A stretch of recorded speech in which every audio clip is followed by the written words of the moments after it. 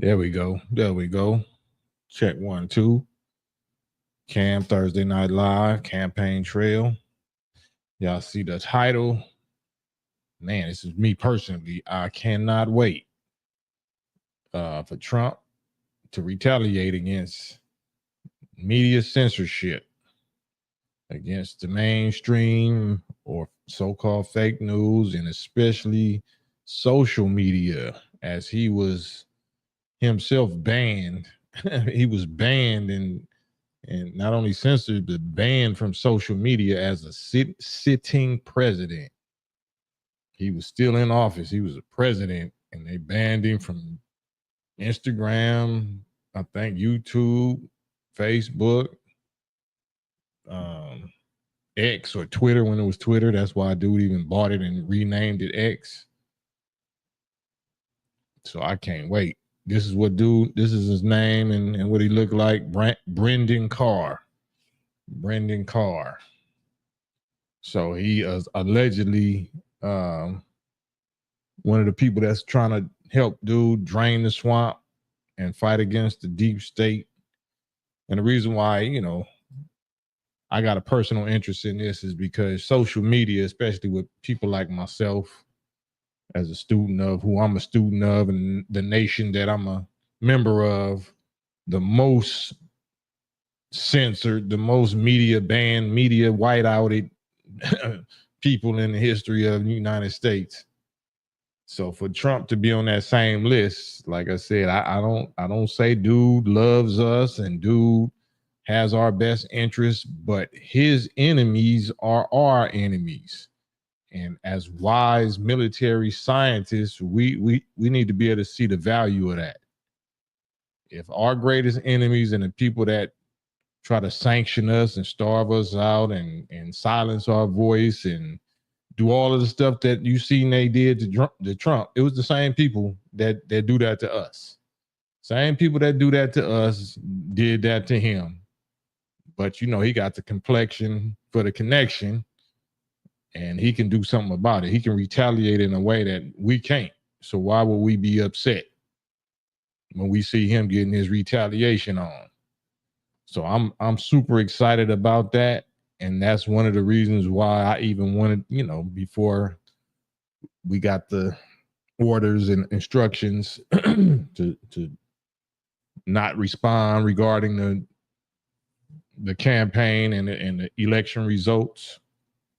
But we see the results now. So I want to see the results of the results. I don't say that he loves us. I don't say that he's not this or not that. I say that I recognize that he got the same enemies that we got. Same people that try to ruin our lives and starve us out and destroy our livelihoods and destroy our image and assassinate our character on their satanic media is the same people that he about to get even with.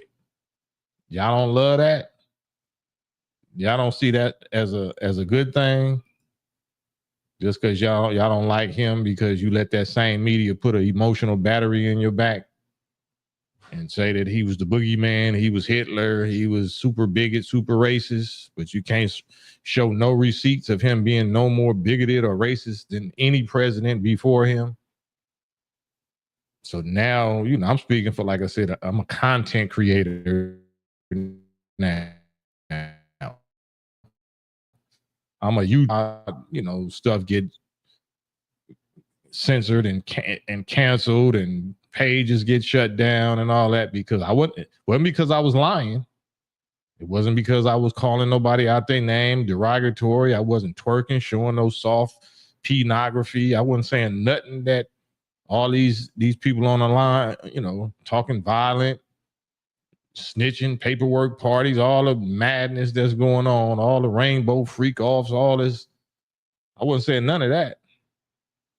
I was saying some real solid, righteous, provable cases and arguments, and got shut down every time. So maybe now Trump will be used by the Most High to even the score. So those that was able to be to thrive and clown us while we was starving for telling the truth for the sake of the truth, maybe they're going to get a taste of their own medicine now. How about that? Is that justice? Does justice have to come from the righteous God, or can God use anybody to bring justice? What y'all think about that? Y'all say the Lord works in mysterious ways, right? So you can't tell us or tell the Lord how he got to work or who he can use and who he can't, right? It wouldn't be mysterious, right? Shouts out to my fam, Nate the Greatest in the building with the wrench, G from the Bay, MPYRE straight, salute, peace to you. See Allah, peace and blessings. Mexicali music, salute.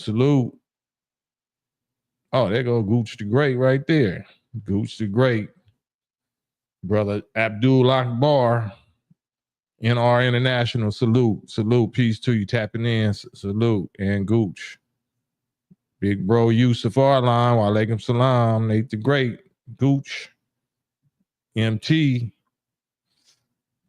young Gooch Akbar in the building. I was watching for a second last night. I was trying to tap in, but I was trying to, juggle the fan. Who I seen you was on with Yuck last night, and I wanted to hop in the chat, but I couldn't. But I can't wait for Trump, man. Can't wait for Trump to retaliate. Does that mean I support Trump? Does that mean Trump loves us and I love Trump?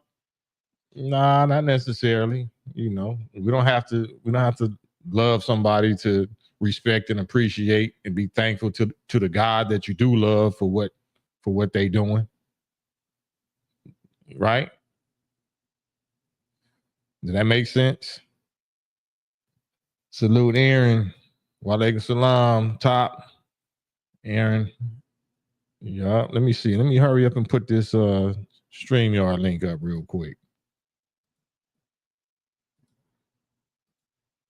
Yeah, I'm gonna definitely be going back and forth some on the street contributors to the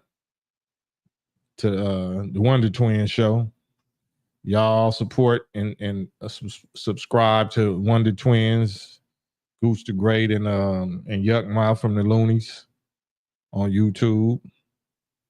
They got a StreamYard link, man. I ain't really got no big subject other than what I want to talk about right here, because I done felt the pinch. I done got knocked over the head, and you know what I'm saying, my little streams of income that I started out real strong, and they even got a hold of this little page right here. So I'm waiting patiently for President-elect Trump to retaliate against the people that wants to make our livelihood hard for telling the truth on social media. So is that a good thing to root for, or I'm out of bounds for that? Am I out of bounds for that? Am I a traitor? Am I a sellout to my people because I'm rooting for President-elect Trump to retaliate against these social media censors that demonetizes us? Am I wrong for that? All money ain't good money. Well, my money was good money. They don't want to shut down my good money and start paying this bad money to these freaks and to these twerkers and to these weirdos. So they can't see the StreamYard link? Can y'all see the StreamYard link? See what I'm saying? Let me see. I'm going to post it up one more time. Do y'all see that Digital Soapbox Network in the chat, StreamYard link? Yeah, that's all right. The days is numbered for this. We can endure a few more weeks of this. Don't trip. Freedom of speech, right? Well, I mean, don't get it twisted now. Don't think I believe in all of that. I'm just riding this wave. You got to know how to, grab your boogie board and ride the wave of when Satan is casting out Satan, so you can benefit. You can catch some of them waves. Just like if you on the stock market and you see what the stock market did, you in Bitcoin, you in blockchain, you seen what this just did. It ain't gonna last. But I ain't for this or against that. But if you got any sense, you know how to benefit regardless of what Satan do. If he doing anything that's making something jump and making something go, volatile and opening new opportunities, you know what I'm saying, to be financially independent or be an entrepreneur or, jumpstart or restart your business, your independent business, then what's the problem?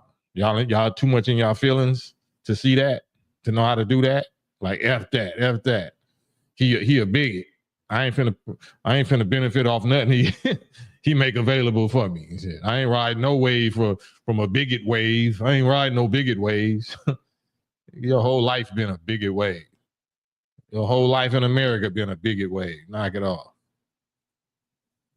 Daryl Jackson, salute. Trump going after all of them. He assembling a cabinet that's loyal to him. Actually, absolutely. Look just like him, too. Blonde hair, few brunettes, you know what I'm saying? Blue eyes. You know what I'm saying? I ain't mad at him. Man, that's how you know he coming for they, for they domes. That's how you know he coming for they dome. You would say the same thing if somebody did me like that and you see me coming to see the power and that's my whole cabinet is people that look like me that was also victims of the same forces.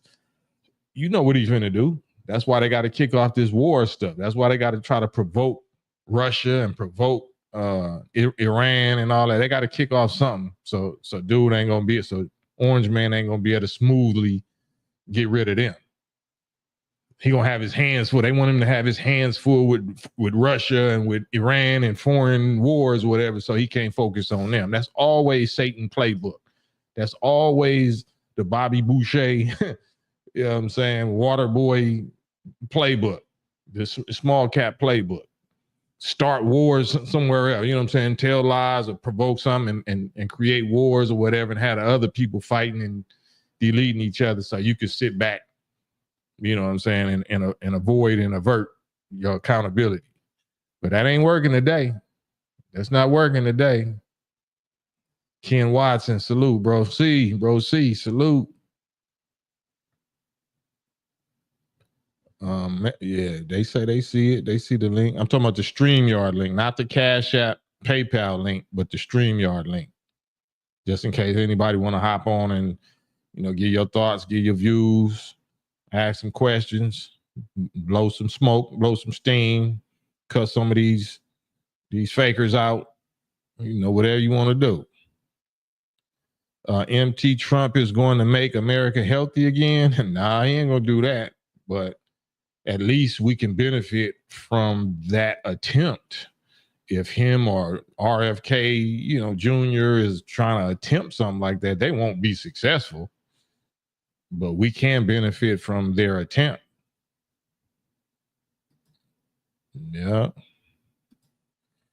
NR International, always remember that the founding fathers of this country based their laws off the knowledge that they stole the original man. Absolutely. And they conquered and destroyed the indigenous. They stole some of us from Africa, and then they conquered and destroyed the original indigenous Native Americans and Moors here once they got here. So yeah, so this whole thing is doomed from the start.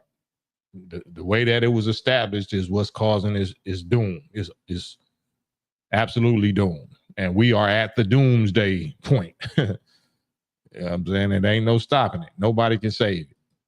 Nobody. Ask D Fair, common sense, salute. Funny thing, most don't know Donald Trump pardoned legendary boxer Jack Johnson. Obama wouldn't pardon him. Or you talking about posthumously? That's like for taking his wife or something or whatever, his white wife across state lines. Is that what you're talking about? If you want to guest on with you, I think Gooch wanted to join. No, Gooch, no, he can hop on anytime he want to. I think he was inviting me over to his show. Yeah, anybody want to hop on, you definitely welcome. Daryl Jackson, they know that firing a missile into Russia is going to kick off something. Absolutely. Yeah. And letting U.S. missiles. It wasn't just that they firing missiles, they firing U.S. long-range missiles. So that's why Russia just returned the favor and fired some nuclear-capable missiles right back.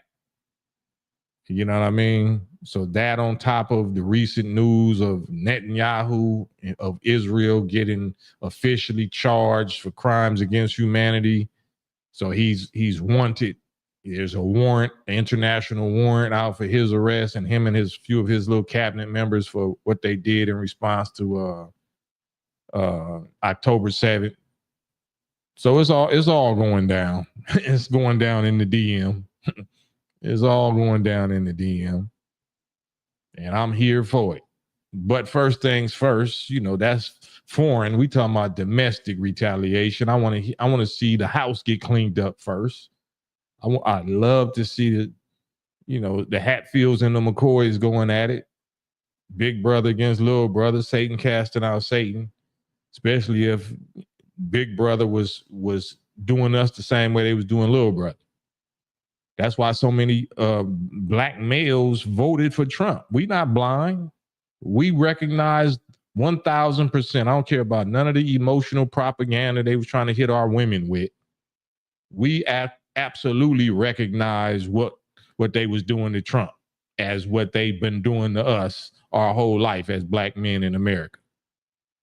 That's why we related to. I don't care what y'all think. This is bigger than Nino Brown. This is God. This is God business. God made Trump so relatable to the majority of black males of North America. Yeah, we was hot like racist or he this, he that. But after a while, after we seen Biden and Kamala Harris's term at president these last 4 years, we like, nah, you can't run that emotional little smoke screen magic spell on us no more.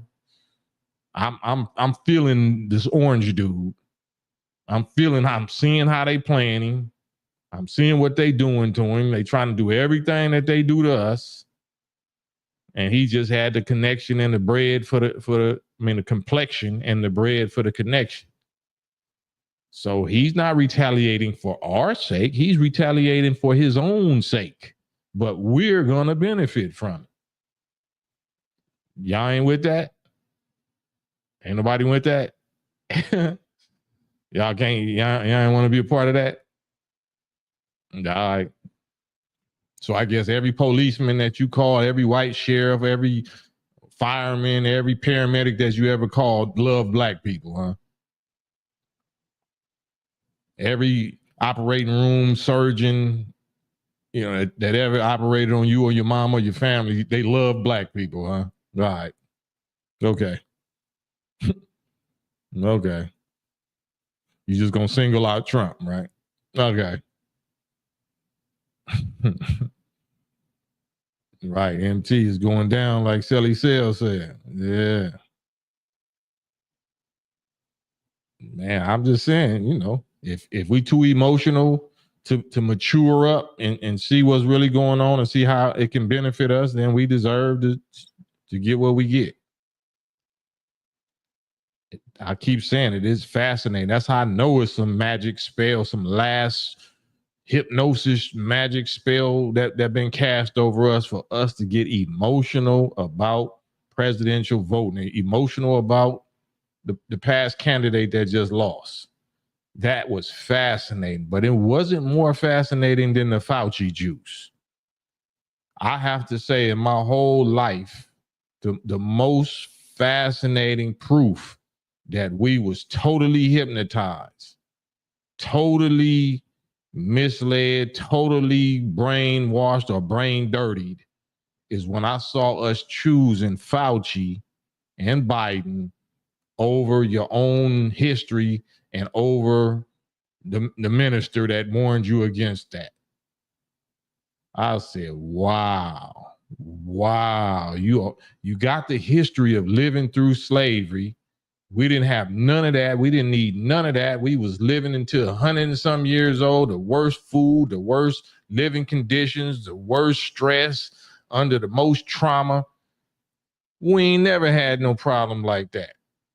How could you say that I trust the science, meaning I trust the scientists, and came up with every excuse in the book? I had to because they wouldn't let me work or they wouldn't let me visit my, yeah, because you a slave. They just reminded you that you was not free, that it was not your body, your choice. They reminded you of that. And then after that, you went and voted for who just lost.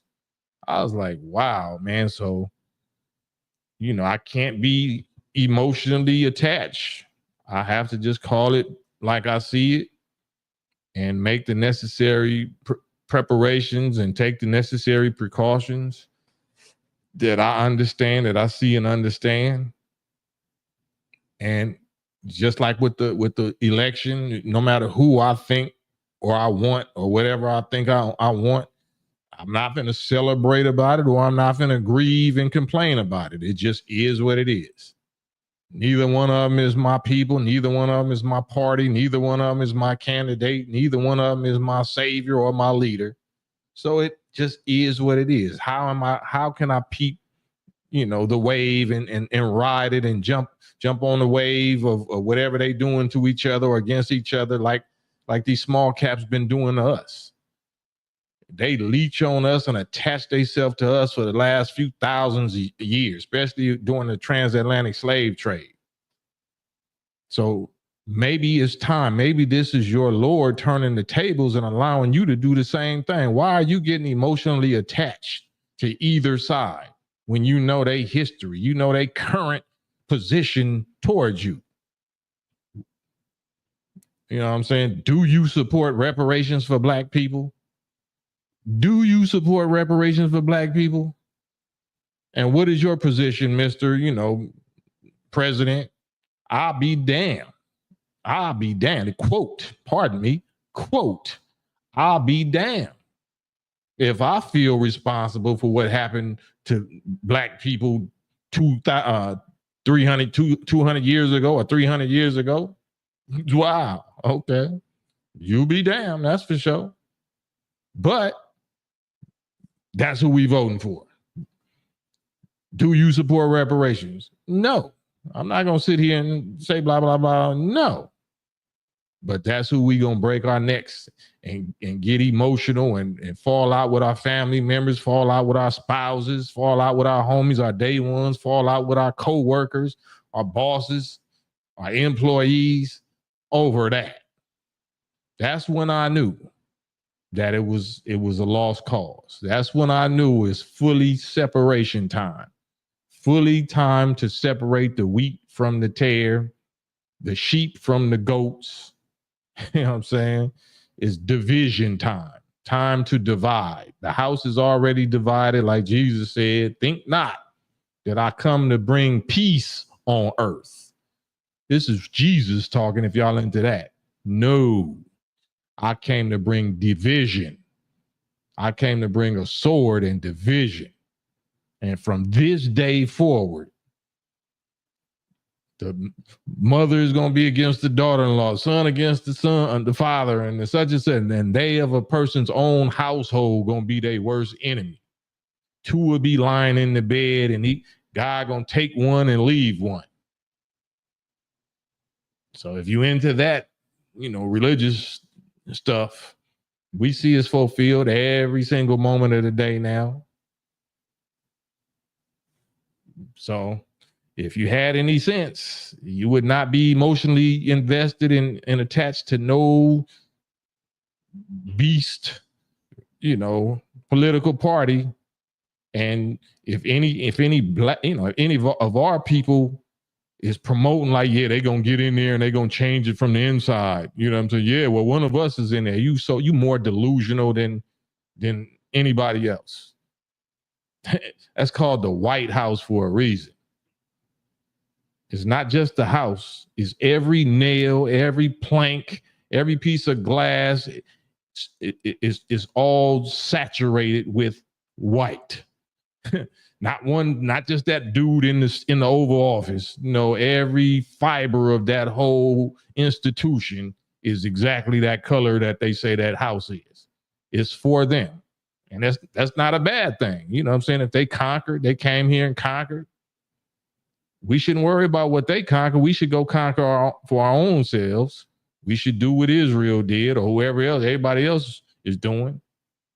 If we pro-black and black first, then let's go establish us a black house. A black house, a black nation, a nation of our own, a real Israel. That's what that spot, that, you know, that thing out there in Palestine that they claim, you know, represents the fulfillment of 400 years slaves. You know, that's supposed to be what we did. But since we ain't, and instead of doing that, we want to just integrate with them and beg for crumbs and protest and cry, want to be mixed all in with them, then you deserve what you get. But me, I love to just see how it all plays out and see how we can benefit from it. It's just like the stock market. I'm not the CEO of none of them companies on the stock market. I don't have to be. I just have to understand trends. If I understand trends and current events, and if I know divine prophecy, oh yeah, I don't care if emotionally what none of them go through, what happened to none of them. I care, am I on time with, you know, placing these trades, from picking up these investments and selling them off. And, you know, I don't care what they're going through. Why do you? Why do you think that's where your power and your purpose is at? You think God created you to be a member of your open enemy's government? Damn. What about the new government? What about the Jesus? He had a government on his shoulders. It wasn't the United Snakes government. Damn, why you claiming to be? Man. So, hey man, I don't know. So it's just my passion to get on here and talk what I understand. On the road, they biting that apple. It wasn't an apple. It wasn't an apple. You know, it was a forbidden fruit. Fruit is just a symbolic. You know what I'm saying? It was a forbidden people that they was biting. They was emulating. They was following. Yeah. Black Symphony Beats, Trump Carr. Yeah, ain't no coincidence that dude name is Trump. Like, it's just, if y'all, you know, and I don't want to sound all like you reaching and all that, so I'll stay away from that. But if you look at the definition of Trump, look at the definition, the etymology definition of Trump, right? And then if you claim to be a Christian and you hear what Trump means, if you blowing your trumpet, the seven angels that had seven trumpets of destruction and wrath and Armageddon, like anyway, so I ain't gonna go there, gonna get into none of that. Robert Epstein, people were never in bondage to any man. That's what the Bible said. You know what I'm saying? He said, the truth will make you free. You should know the truth, and the truth will make you free. That's what it said in the Bible. It was Jesus talking to them. He was like, how will we be made free? We ain't never been in bondage to any man. So that was only 2,000 years ago. So that's Jesus, according to your Bible. If you believe in that, that was only 2,024 years ago, right? 2025, whatever. So we can look at the history within the last 2,025 years. So they ain't been in no bondage for 400 years since then to now. And they said themselves they ain't been in bondage 400 years ever before that. So they ain't never been in bondage for 400 years. They ain't never fulfilled that. Your own Bible says that. This was only 2,000 years ago. Just keep that in mind. If y'all know the chronological order of the Bible, Jesus was talking to them, arguing with them. That was only 2,000 years ago. And we got the history of the last 2,000 years on this planet. And you'll find no place on this earth, especially not Egypt, where they claim that that was supposed to happen at.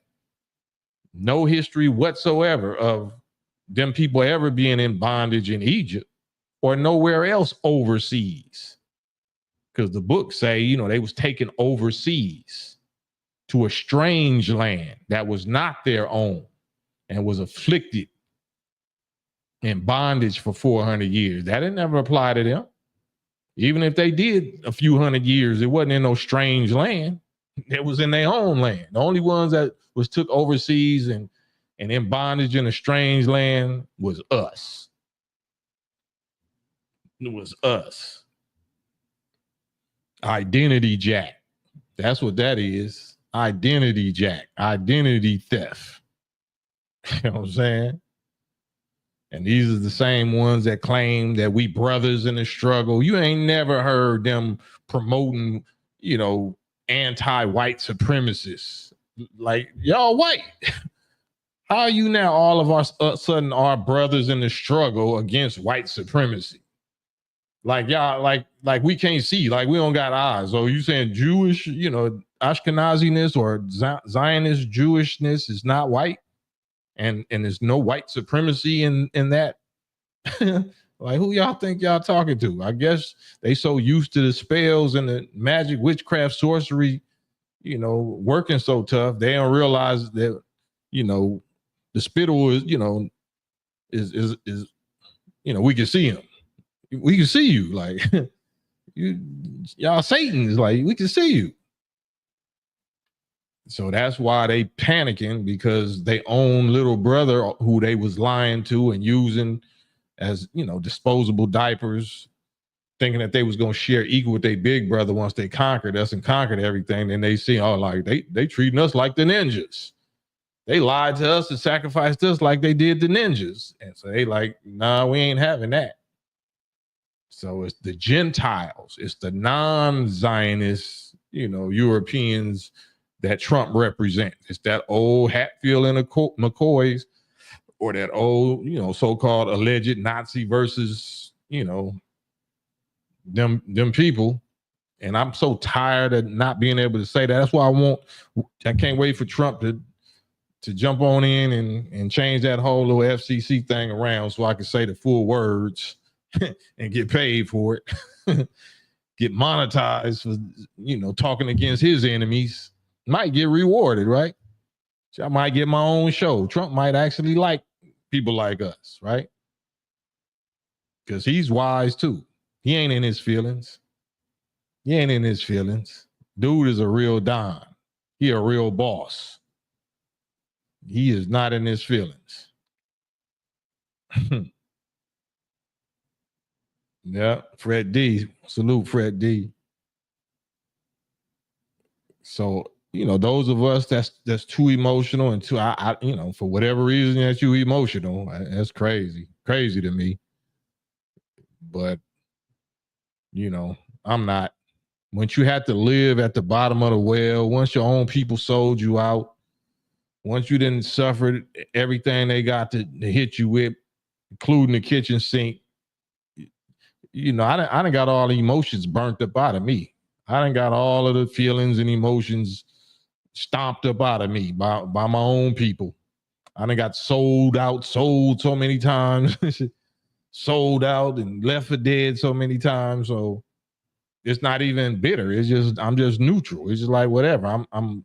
I just observe. I just can observe now. I just can see, you know, in a more clear, neutral light than I was ever able to see. That's it. Yeah. MT, your own parents, your own family. Yeah. Your own spouses, your own children, offspring, and, you know, all of that. You're like, wow. But that's what the books say. If you read the Bible, it say that they of a man's own household would be his worst enemy. So your biggest enemy coming out your own testicles or coming out your own ovaries or produced your offspring. Your biggest enemy is who you laying in the bed with that produced them offspring. That's how treacherous it is today. That's the betrayal. That's the season of betrayal. It's the Judas season. It's the betrayal. Everybody rolling over on everybody else. The real agents, the real sellouts, the real, you know, they is coming out now, and I love it. You know what I'm saying? It been came out with me. Those of us that been sold out, like Joseph by his own brothers, like shit, I've been sold out a long time ago. So it's good to me to see that, that y'all also feeling the auction block sales. So now you can relate, like, oh, okay. And that's why, like I said, I appreciate the retaliation, whatever Trump finna be on. Not because he's doing it for me. He don't give a damn about me. But he give a damn about the same thing I give a damn about, which is retaliation against your enemies. And so I make sure that I'm not going to be making him, making myself his enemy. Like, I don't got no beef with dude. If he got beef with me, then we can handle that. You know what I'm saying? But I don't got no problem with him. Man, be white. White first. Nigga, white power. Like, you white. Shit, you should bang white. That's what I'm doing over here. I'm black first. I'm banging black. So I ain't in my feelings. You ninjas or you feeble-minded or whatever, like, right? You know what we call y'all. You know what we believe, you know what I'm saying? And we can prove scientifically what y'all are. So this ain't a derogatory name calling contest. Bottom line is we're different. Our natures is different. We want different things. And we both are mature enough scientists and warriors that we can agree about that. We can agree. So that's what I respect. Y'all want them to, y'all think y'all can turn them into us or turn yourself into them. Totally insane, totally delusional. Let them people be themselves and you be yourself. Try that. Stop wearing straight, long, blonde wigs and weaves and all that, and blue contacts, and stop trying to be them. They laughing your ass all the way to the bank.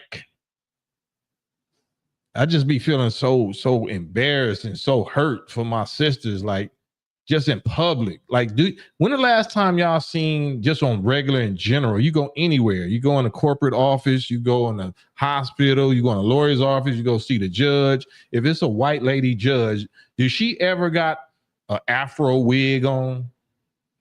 How many white women do y'all see in corporate America or entertainment or whatever that's wearing black, that's trying to look like black women hair? I mean, blatant, like, they can play it off and say, I'm gonna put some collagen in my lips or whatever. They do their thing more slicker and subtle. But we out here with some bleach blonde, long, 5 foot long, straight lace front wigs on, looking ridiculous. Ridiculous. Talking about we the most disrespected, unprotected.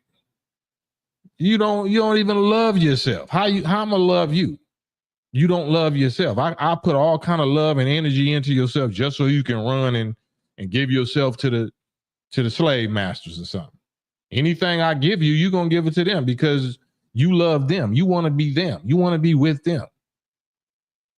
If I'm an investor, if I'm a serious scientific investor, why would I invest in you when I see what you're doing to yourself? Only way I would invest in you is if you submitting and obeying me. If you see value in me to the point where you're willing to submit and not do those things because I say don't do them, then that's the investment that I'll invest in. But no, it's your body, your choice. Ain't no man can tell me nothing. Black man ain't. Oh, okay. Well, that's why you trying to be somebody and something else that you ain't. You trying to be a man. You trying to be white. You trying to be this. You trying to be like, all right. All right. I'm just, y'all let me know. And they feel comfortable. They sitting on a plane. They sitting on the plane with white girls, with the authentic white girls. Just think like, damn, like, you know what I'm saying? Do you not feel ridiculous? You sitting next to a real white girl with long bleach blonde hair on the plane, and you with her thinking that you looking good because you dark as hell. You know what I'm saying?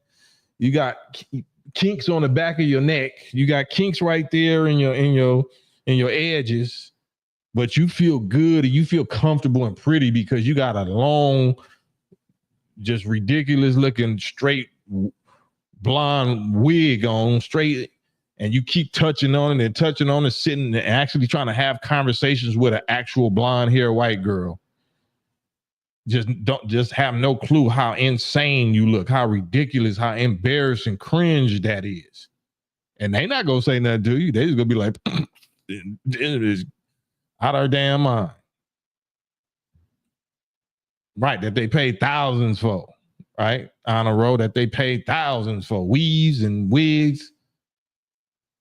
But you ain't never sat next to no respectable, dignified, noble white woman of any age, and she was sitting there touching on her afro wig. Keep on touching on her afro wig, thinking that make her look good. That's ridiculous, man. So if that's where we at, and we know that's where we at. So I'm not trying to just beat a dead horse. We know that's our mental condition. But that's the value of somebody like Trump that's crashing the architects of that self-hating image of ours. Because media is what did that to us. Media, the ones that created the so-called standard of beauty and the standard of ugliness, they did that to our minds. They did that to our women. So we need to destroy this mainstream media machine for doing that to us. And who else can do it right away but the orange man? Who else can do that? Who else can get that off, kick that off right away better than the orange man can? Who got more of a motive to even kick it off? That's not his motive. Ain't that his motive? Is for what they did to him. But what he gonna do in retaliation is gonna benefit us, and that's why we supposed to jump in there and change the whole motive narrative and change the rules and the laws and make us fall in love with our image, how we started when hip hop started. We didn't even have no visuals. We had audio. We had the ear. Pro-black, black love, Pan-Africanism, Islamic, Moor, you know what I'm saying? Hebrew, like it was Afro this, Afro that, Afrocentric. Afro means kinky. We was loving that. Loving our natural body, loving all of that. But the media had to come in and hijack it and poison it and contaminate it, right? The media did it. And they threw the bag at it. So it was just not just the media, it was the other tentacle of that octopus, which was money, the Federal Reserve. So media and money combined destroyed our women's sense of love and self-worth, self-love, destroyed their beauty appearance, or what, they standard of beauty.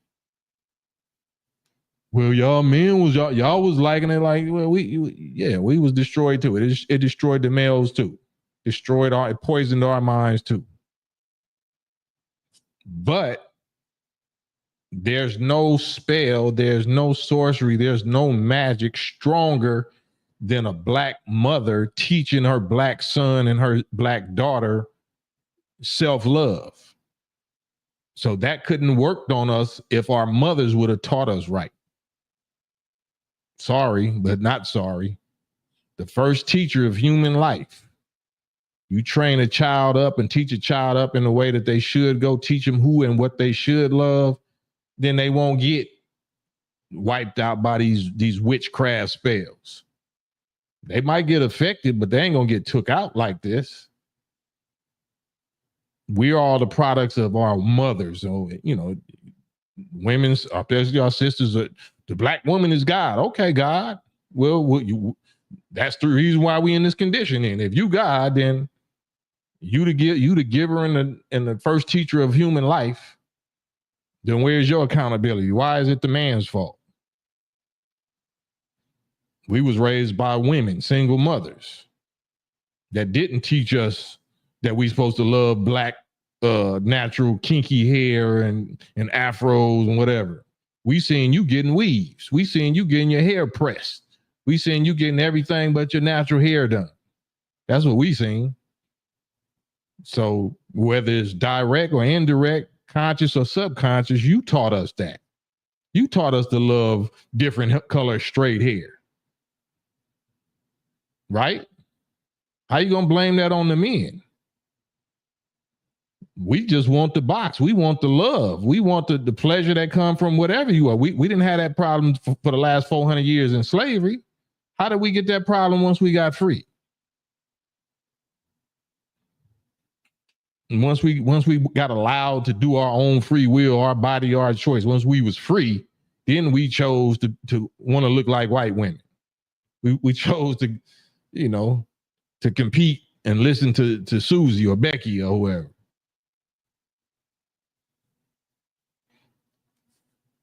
Am I saying something wrong? Am I lying yet? So that's why I can't wait for Trump, God willing, because, God willing, he gonna last that long, and I believe he is, to the inauguration, January 6th. I can't wait for him to start retaliating against these enemies of his, which is enemies of ours. And like I said, he's not retaliating for us on our behalf, not at all. It's just we're lucky enough to have his enemies being our enemies.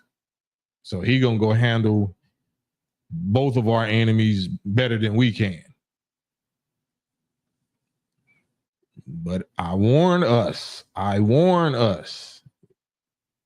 don't use your voice, especially with old artificial intelligence Elon Musk on the team. Don't use your social media voice to be talking against this dude. That time is over with. You can act like, I can talk all I want. It's free will. It's freedom of speech. All right. The Bible say in that day, he who holds his tongue will save his life. Or she who holds her tongue, because that's way more difficult for them. She who can hold her tongue, keep her mouth closed, will save her life and save her family's life. We'll see if we heed them instructions, them Christian revelation, New Testament instructions or not. We're gonna see real soon. MT, I rarely ever see women in my family rocking their real hair. They probably ain't got no more. It probably ain't got no real hair left. It's probably bald. It's probably so pulled out and burnt out, like it's saying in the Bible. The Bible even say that it's gonna be bald up under there. So many alopecia patches and so much, toe up scalp from frying it and perms and chemicals and pulling it, and so they actually created the thing that they was trying to avoid. They actually created the nightmare that they was trying to avoid. And then nobody can tell them nothing. They won't listen. They won't submit and obey nobody. Obey. O-effing bay. Capital O-bay. I love saying that word because I know it hurts. It don't hurt me because I obey black men for a living. I obey black. I recognize, salute, obey, would bleed, sweat, and cry and do the other stuff for black men. Dang, ain't that something? And that's why the Bible even styles the messenger of God or the Christ as a woman, or the bride, the New Jerusalem, as a woman. It's really talking about a man, but he fulfills the example of how a woman is supposed to be towards her husband, the way Jesus is toward the Father and the disciples are towards Jesus. That's the level of obedience.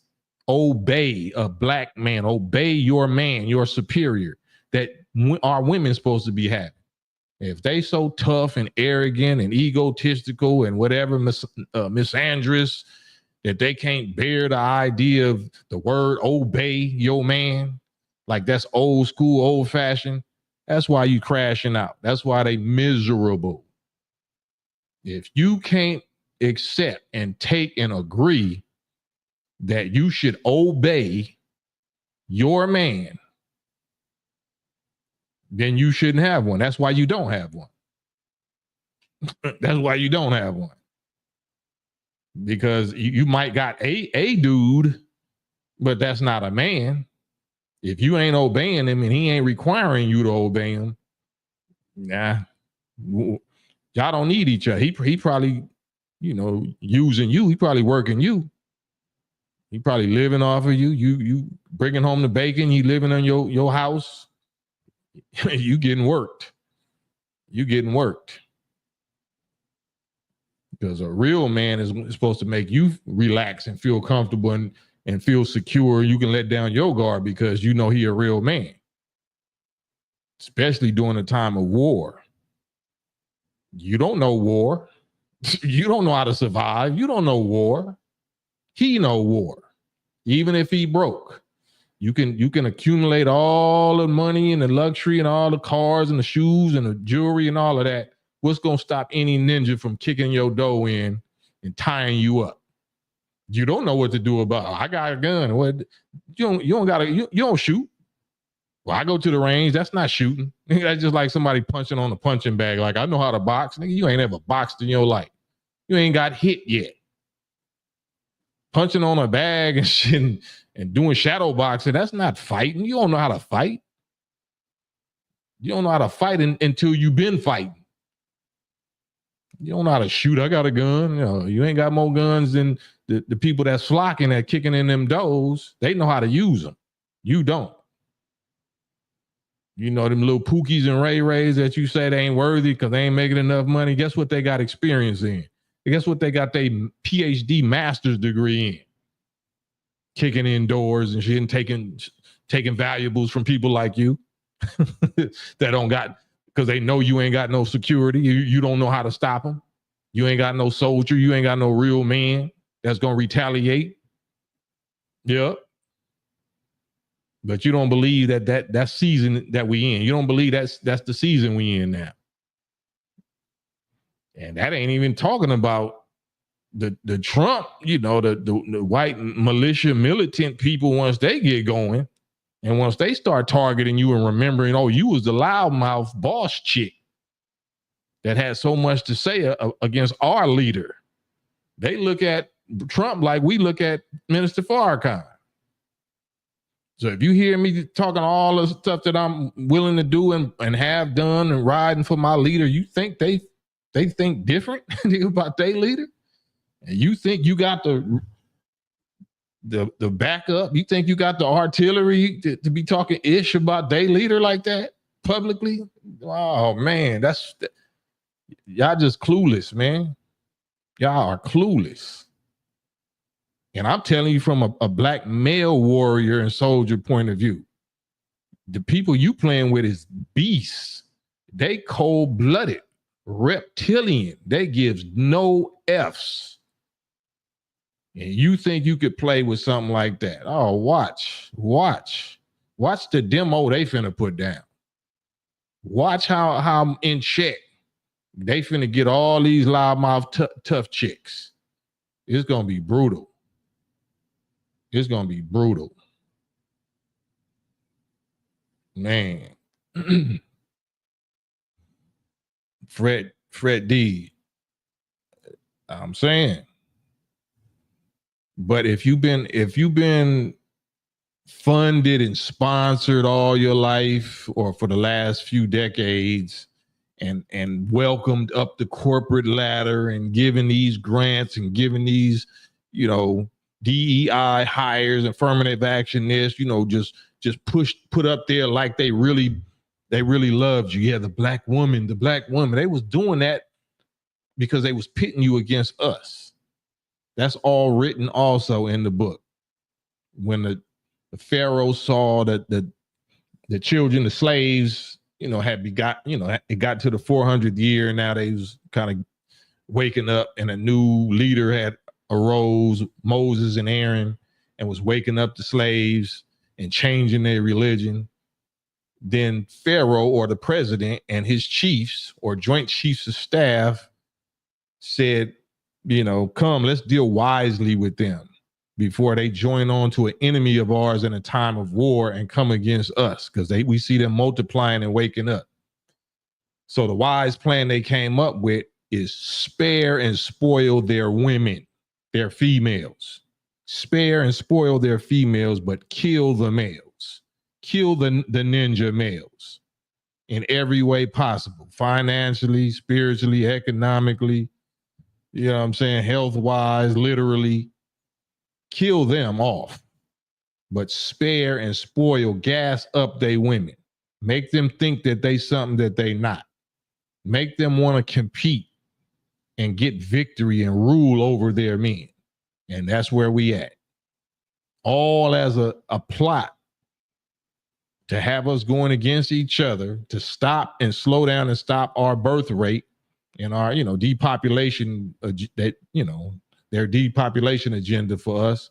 And then when things really get hot and heavy, they're going to snatch the rug, the support rug, the so-called safety net, all the stuff that gave them they arrogant, they boss chick attitudes. That's getting snatched from up under our sisters' feet. And you're seeing a little bit of it right now with this Kamala Harris loss. They don't even know what to do with themselves. It's just crazy. I can't believe this. So I'm going to let my full attitude, my full black girl magic attitude just go run wild. And that's just going to identify you for Trump and his soldiers. And nature is going to take its course. Nature is going to take its course because you can't be quiet. You haven't practiced and learned discipline of your mouth. Okay. And you don't even have to say no more. That's the cold thing. When you got AI technology and surveillance technology like Elon Musk has, that's why they was selling your data. That's why all of these Siris and all that, you know what I'm saying? Hey, Siri, such and such, they know your whole psychological profile. They know what you eat. They know when your menstrual cycle is. They know what type of tampons or whatever you buy. They know everything about you. They know your phone conversations. They know who you messing with, who you not messing with. And they know where you at. There's no such thing as a private conversation, a secret conversation. No such thing unless you one of the righteous and you can communicate telepathically. No such thing. They got your number. So Trump just going to be playing the little duck game. He's just going to be picking. It's going to be so, you know how they play golf? Yeah, we're going to go for a couple of holes. That's how they're going to be doing ninjas. Oh, there goes some more that was talking trash, for the last 4 years. Yeah, let's go knock a couple of hit a couple of balls. You know what I'm saying? Watch. And then who you going to cry to? You're going to blame it on. You're going to blame it on the black man. You're going to blame it on your brothers. It's his fault. It's their fault. They wasn't protecting us. They wasn't this. All right. That's why the brothers is not going to be able to step in and, because you're not going to be able to shame us and accuse us about that. This is something your own tough mouth said. We don't need you. You ain't been securing us. You ain't this and y'all ain't that. Like, oh, okay, well, that's not smart. That's not wise to say. That's not wise to say. Even if it's true, it's not wise to say it. Certain things is just not wise to say. But we won't know until we see the results, right? Till we see the results. And that's where we at right now. What did we get? We seeing that old girl paid millions and millions and millions of dollars for your favorite celebrities that you follow, that you worship, to say that, we definitely gonna win and give it up for the next president of the United States, Madam such and such. Like, did that happen? And now them same people that was cheering, talking about you owe me 20 million. We short. We didn't get paid. Ain't that something? Oh, so it wasn't for love. You didn't really believe that. All these celebrities, all these twerking concerts, and all these rappers, they didn't believe that. They got paid. They got paid hundreds of thousands and millions of dollars, right?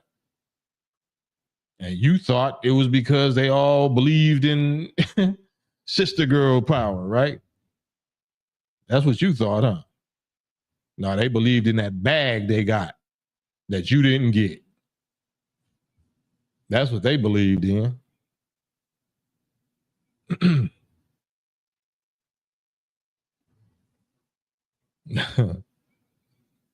Yeah. So you got to be wise enough to not take a side at all. Stay neutral. Realize that neither one of them is your allies, or neither one of them is for you. Learn how to be like real estate. You don't fall in love with no property. Everything must go. If you into business, if you're a business person, you don't have no sentimental attachment and no value to no property or no goods or no commodities. Everything must go. Same with this. Your candidate didn't win. That stock didn't pan out like you thought. That trade that you took didn't. You start diving. You got a stop loss, right? You better sell that trash. You better let that trash go. Y'all don't want to let the trash go. You seen it was a trash. It was a penny stock. It was a pump and dump trash, and you still holding on to it. You all in your feelings about it.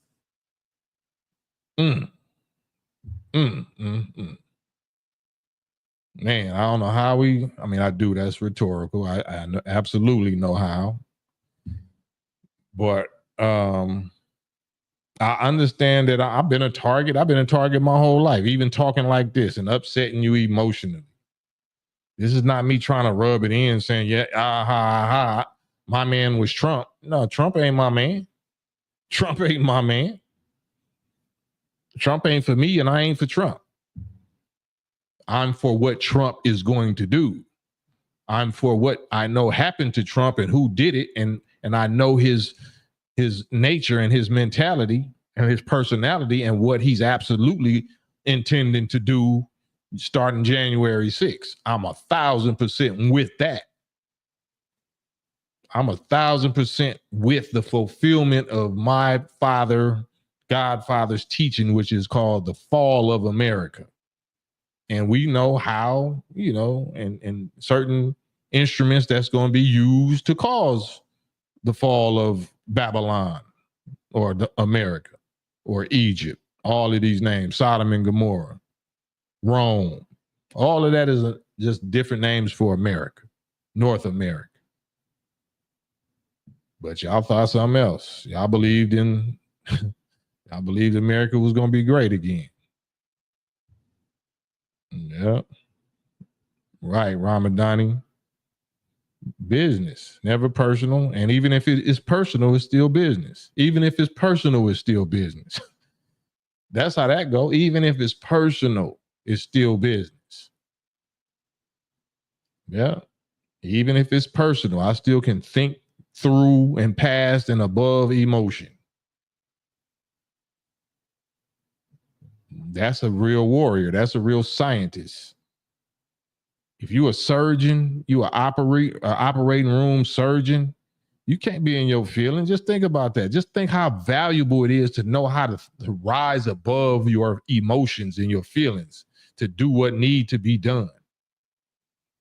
Your little baby, you got a little baby that's choking or just got, then they got their limb decapitated or something, or got a broomstick, somebody violated your child, some crazy beast you away and broke a piece of broomstick off in a backside or something like that. You can't be, who the fuck did this? I'm gonna kill him. No, you got to be a scientist. Give me stack. Give me 1,200 cc's of such and such. Give me the scalpel. Blah blah blah. You know what I'm saying? You can't worry about that right then. You worry about that afterwards if you're gonna worry about it at all. Your job is to do what must be done. What's the best thing I can do, in this situation? How can I be victorious under these circumstances and master this and get them and make the most out of it? So let me learn from it. Even if the child don't live, I'm gonna learn something from it. You might, how many people die on the operating room table? The surgeons don't just cry, they learn. They write the notes, they watch the videos, they study. So even a loss is a gain. Even a loss is a lesson. What do feelings got to do with it? What do emotions got to do with it? Emotions is just supposed to inspire you to do the knowledge thing, to do, you know, the reasonable thing. Emotions ain't supposed to make no decisions. Emotions back up decisions. Yeah. Yeah, Gooch, I forgot you in the medical field now.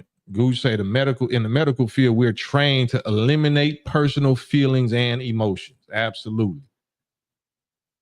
And some people, you know, that's why they don't allow surgeons to operate on their immediate family members and loved ones, because, you know, naturally you will be, you know, feeling a certain kind of personal way. You have too much personal emotion mixed in with your movements and, you know, your decisions and your worry. You got to damn near be a robot. You got to be robotic. I'm talking about emotionally in wartime and in saving lives. That's how we got to be. That's how we got to be. I'm talking about the FOI, the Nation of Islam. We got to generally have a loving and concern and consideration spirit and personality. But you know how many people spit in our face and cuss us out and accuse us of this and call this people on us and this and that? It's a terrible feeling if you take it personal. It'll make you say, F all these ninjas. F these ninjas. But if we took that position, we wouldn't be alive today. If the God who raised Elijah Muhammad up and Elijah who raised Farrakhan up, if they would have took that position towards us, we wouldn't exist. You wouldn't even be able to benefit from us, because they would have said, F us ninjas. So I can't say it towards my people because it wasn't said towards me. So we just got to take it as long as the guys say take it. You know what I'm saying? I can't tap out and say, I ain't doing this shit no more. But then I broke my word.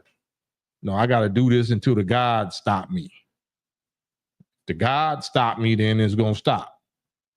You might not like it. You might not like how I do it. You know what I'm saying?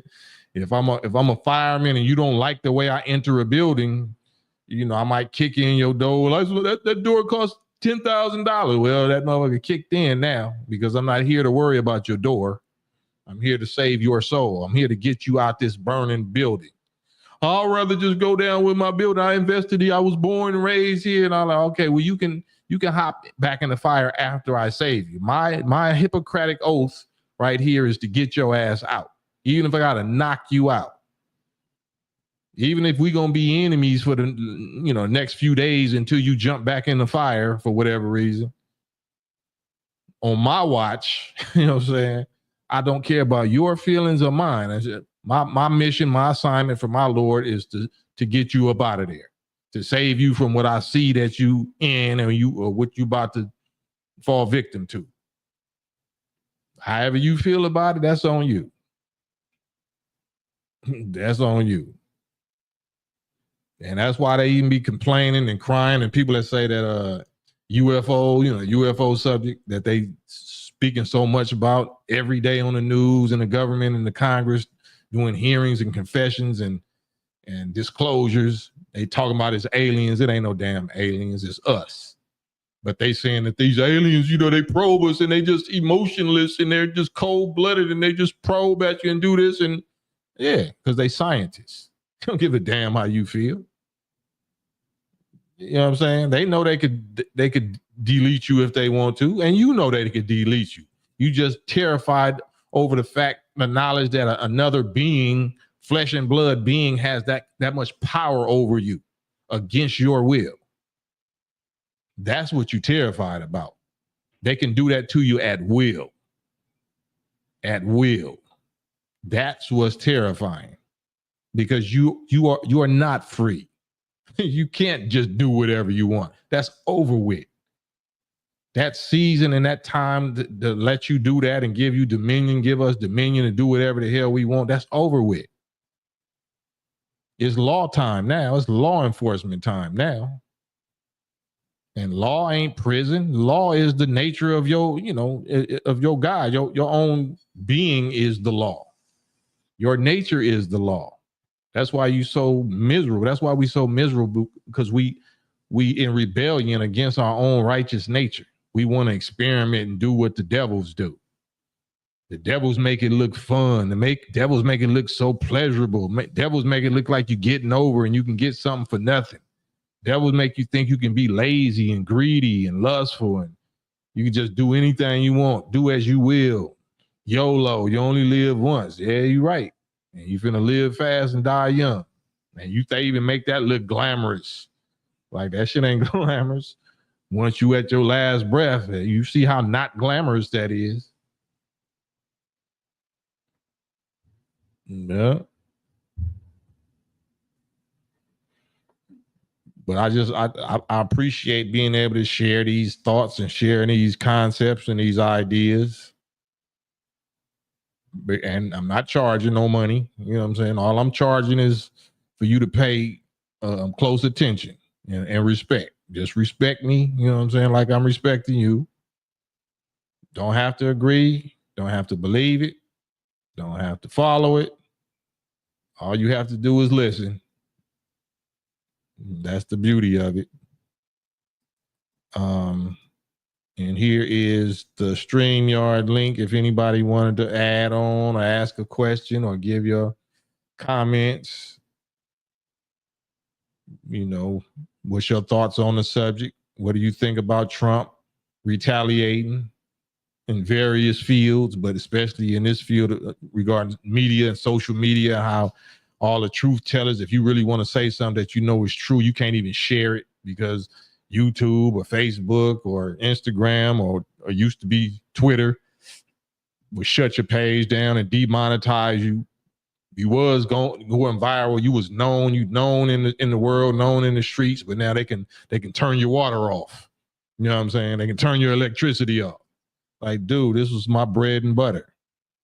I done sacrificed my whole life to build a name, a reputable name. You know what I'm saying? That my people trust. Just for you to try to censor me and ban me. Oh, okay. Well, let me just have patience and keep doing my work somewhere else until God brings a reaper, you know what I'm saying, that's going to get vengeance on our behalf. And these reapers are these people in the form of Trump, in the form of, other people. Reapers ain't got to just represent, be righteous. Why do you think God made devil? God made devil to do devilish works, to do things that the righteous can't do. You know what I'm saying? Why do you make drones and robots? Why you send drones to war instead of your soldiers? Because you want that drone to be able to do some levels of dirt, you know what I'm saying? And crimes against humanity that you might not got the heart to do. You want to be able to, throw a rock and hide your hand. So if that makes sense to you, it might make sense to the God. The God got drones. He might just call them devils. He got robots, lifeless robots that's made to be destroyed. He might just call them devils. He makes the best robots. He makes the best, creatures for specific purposes. They all organic. They all symbiotic, organic, living robots, living beasts and animals. You know what I'm saying? Yeah, man.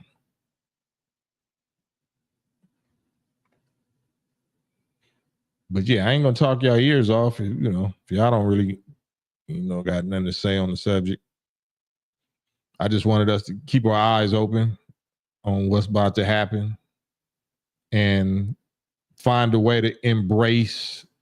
And it's not that you going along with Trump and his administration. No, you just seeing how the Most High, your God, is using Trump and his administration for your purpose, for your benefit. Do that make sense? Do y'all agree that that's how your God works? Do y'all think that's possibly how your God operates?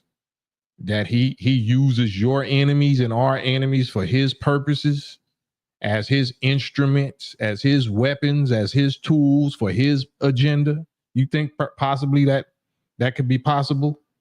Regardless of what these people say, you know, they bigots and they this and they that, and they got their own new world order agenda, and I don't care what agenda they got. They are being used. They are instruments and tools and pawns of their own maker. Whoever made them for the purpose that they serving right now. Or do y'all think that deep? Do y'all think that far? Do y'all pull the lens back enough and see the big picture or not? Or you can only see what's in front of your face and you just seeing according to your local emotions.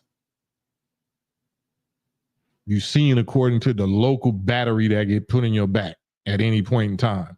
As soon as somebody puts some money up or, you know, put some crime, something that's supposed to upset you, like Diddy, they're going to hit you with Diddy or R. Kelly or Michael Jackson, but they're going to use their media to put that emotional battery in your back.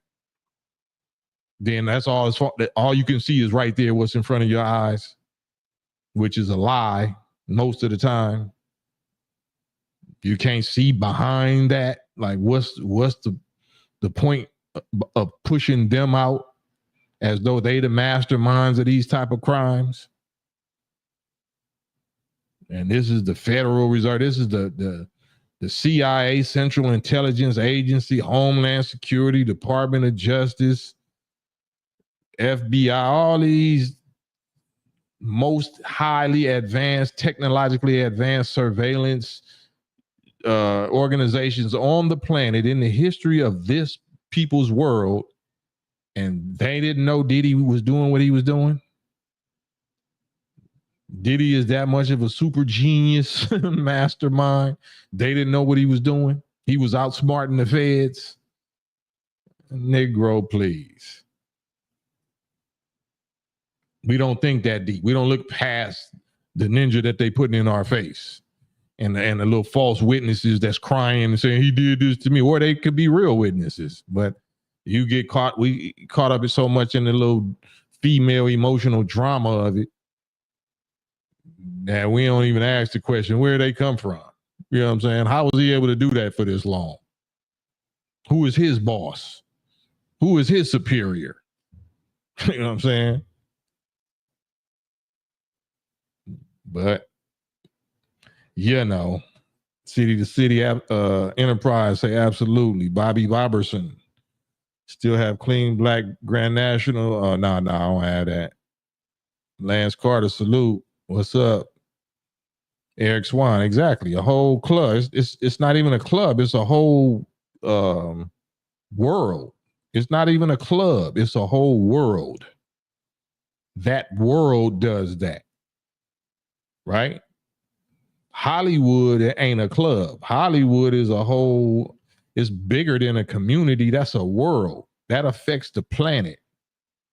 That affects millions and millions and billions. Hollywood affects billions of people across the planet. Anybody that has a TV or a computer or a cell phone, a smartphone, is being infected by Hollywood. Children especially. Disney. All the stuff that's going on right now with Disney. All the stuff that's going on in Hollywood. I just can't, say it enough. You seeing our brother Denzel Washington crashing out. You see how erratic he looking. Every interview, he getting more and more erratic. Something is wrong. He already said that he said it's alcoholism, that he's had a problem with alcohol, but we know it's more than that. It's whatever led you or drove you to the alcohol. Whatever drove you to the alcoholism is the problem. Whatever drove you to that. Whatever drove you to finally kissing a man, talking about a gay kiss a man scene and all that kind of business. It's the end. Is there any other black actor that was more respected as a heterosexual black man in the image of a black man in Hollywood more than Denzel Washington? Ain't that the ultimate? Ain't that the one that would just break the whole bank, break the camel's back, or break the buck's back if you find out he doing that type of activity? Well, that's where we at. There is no other man in Hollywood, no black man descendant of slaves in Hollywood, period, more respected as being a heterosexual, straight, admirable black man that we would pattern ourselves after, or that we would even entertain the idea of going into Hollywood and becoming an actor. Where hey, you don't got to do that shit. Denzel ain't never did that. Denzel did it. Nigga. Bottom of the ninth, bases loaded, full count, fourth quarter, 10 seconds left. Denzel did it, nigga. Denzel did it. That's letting you know you don't stand a chance. This ain't for you. This ain't for us. You don't stand a chance. Yeah. And he's trying to justify it. He's trying to, they make it, bigger, more to do with it. No, ain't no more to do. Ain't you supposed to be a Christian? Denzel, ain't you a Christian? So Hollywood trumps your Christian faith? Ain't that an abomination? So as an actor, you may as well do a gay pornography, right? You may as well get into rainbow pornography, right? Adult films. It's just acting. Why you don't do that? Well, he probably will now. No, but he say he retiring after this. So I'm gonna go out and instead of going out like a hetero hero, you know what I'm saying, black male hero of our people. That's how you going out. That's your last contribution to our people. Yeah, that was a kiss of death, all right, bro. C, you right about that. That was the kiss of death. You right about that. Yeah. So that there's nothing left there to be fascinated with. There's nothing left there to admire. I'm talking about in Hollywood. If they'll do that to Denzel or get Denzel to do that, who's there that I want to be working with? Who's in that world? Not that club. That's not a club. That's a whole world. Who's in that Hollywood, highly weird world that I want to work with? Why would I ever want to make a movie with any of these weirdos? I'll make some movies with my own people. I establish my own, I can't even say like Tyler Perry because you know how he going. But just that concept of building your own studio and establishing your own film distribution network among your own people, whether it's in Africa or around the world, that's what we supposed to do. We don't have to promote that. I be looking at the little Nigerian cartoons and animation, like they be coming up. They be doing some righteous stuff and, good quality content. You could do that. Why we ain't do that? Why you sell out to kiss a man to represent Rome, to represent some pale vampires in Rome? Why you need to be participating in Babylon and Rome type films and shit at this age, to where your last film you kissing on some little pale vampire looking orgy little freak off dudes and like inbreeding, and it's just like, man.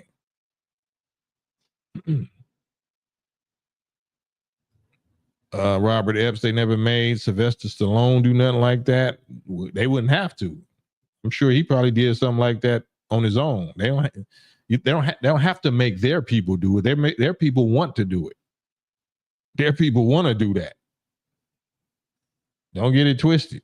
I think Sylvester Stallone used to be an adult film star, if I'm not mistaken. So that was how he started his movie career. He was doing adult films. So you can't tell me that he ain't crossed swords or something.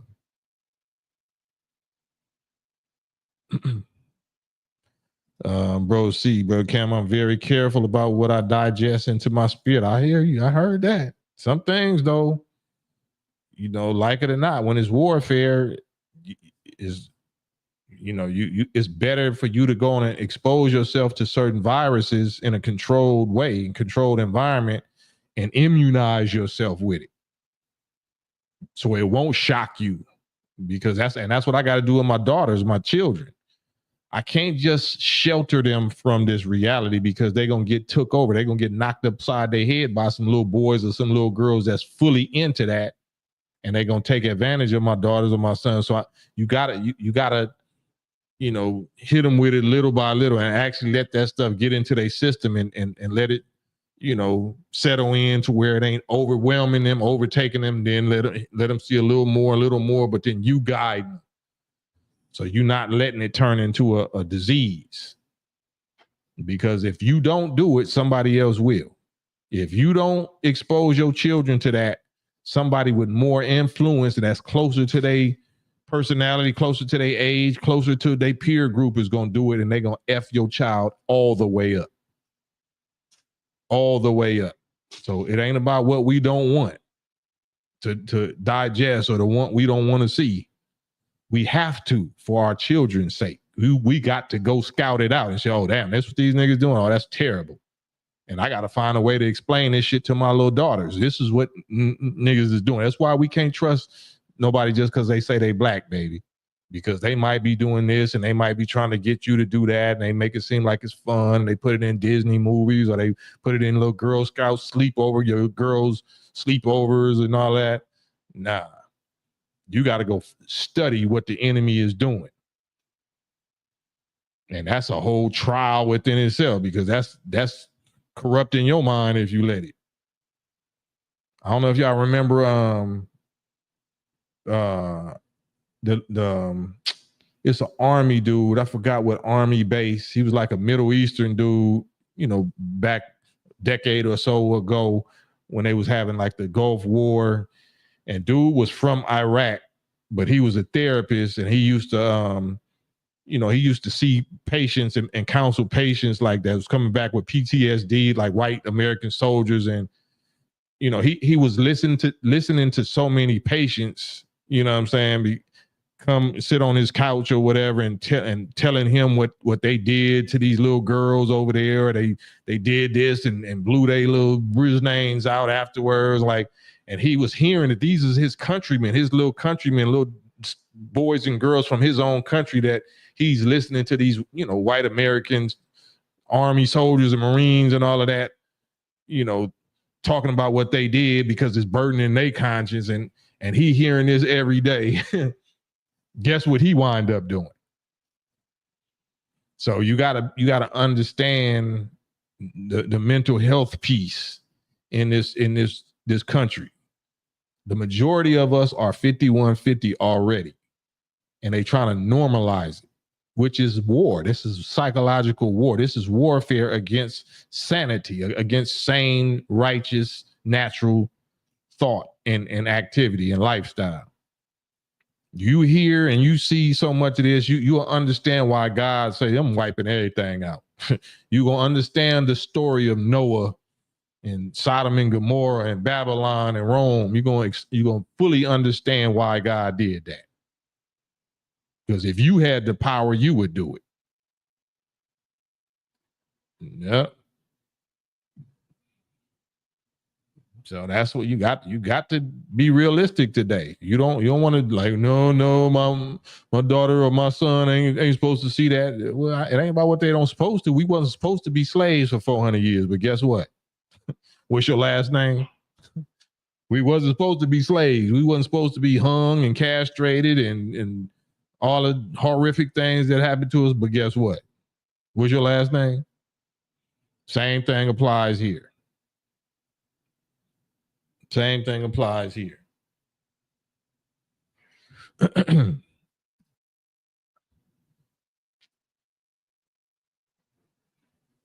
Yeah. Damn, my mouse is tripping. See a lot. Either they got some dirt on him, what's coming out, Yeah, most likely. I guess you're talking about Denzel. Either they got dirt on him or what's coming out of him was always in him. Yeah, I mean, the devil is in us, period. So you can't say it like that. You know, the devil came from us. So anything you see these people doing is in us. So you can't look at it like that. The devil is absolutely in us. The devil couldn't exist. We couldn't have brought them out of us if they ain't in us. That's why we brought them out, to see what is hidden and hiding within us and what we're supposed to do to purge it or burn it out. They represent a mirror that we don't want to look at. That is the worst of us. That's the worst expression of us, the devils. We made the devils from us. The devil came from God, not the other way around. Chris Taylor, salute. Yeah. Eric Swan, that might be why he got all those good roles. It could be. Could be, Eric. Could be. Damien Square, we live in the human version of the mouse utopia experiment. Right.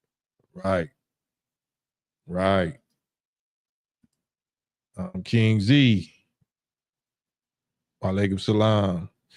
Yeah, I'm on here for a minute, maybe for like 20 more minutes. So if anybody want to get on here live, you're welcome to. Robert Epps. Denzel probably did that to get in the good graces of those. Yeah, he been in their good graces.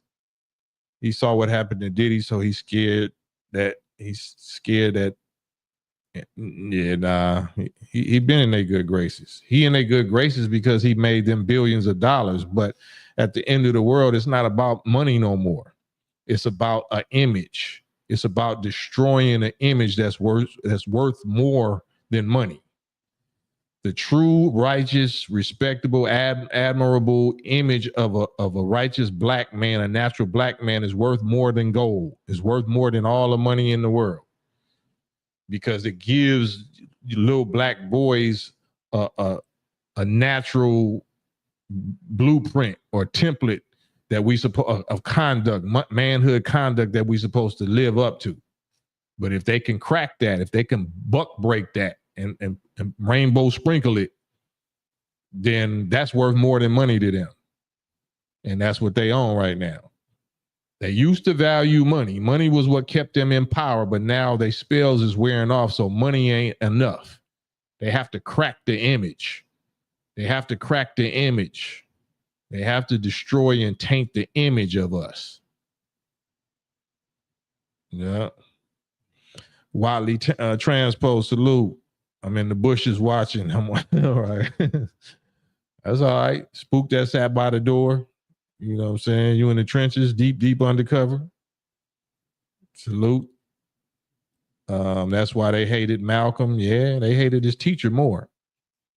They hated his teacher more because they understood the mastermind behind Malcolm is the same thing as the mastermind behind Hollywood. So the most honorable Elijah Muhammad was the mastermind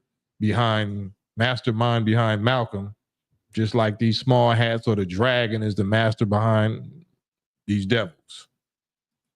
So leaders and gods understand gods. Pawns will be pawns, but kings and rulers is something else. They see things different.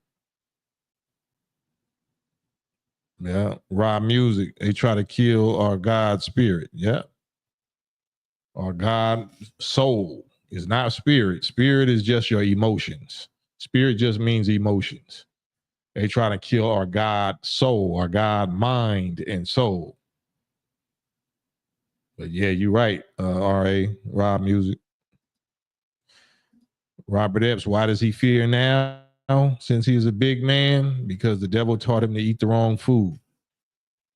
Does that have anything to do with the above? Yes, it makes him other than his own self. And what is his own self? His own self is a righteous person, a righteous submitter to truth. Are there any righteous submitters to truth other than righteous? I beg your pardon. I have never heard of one.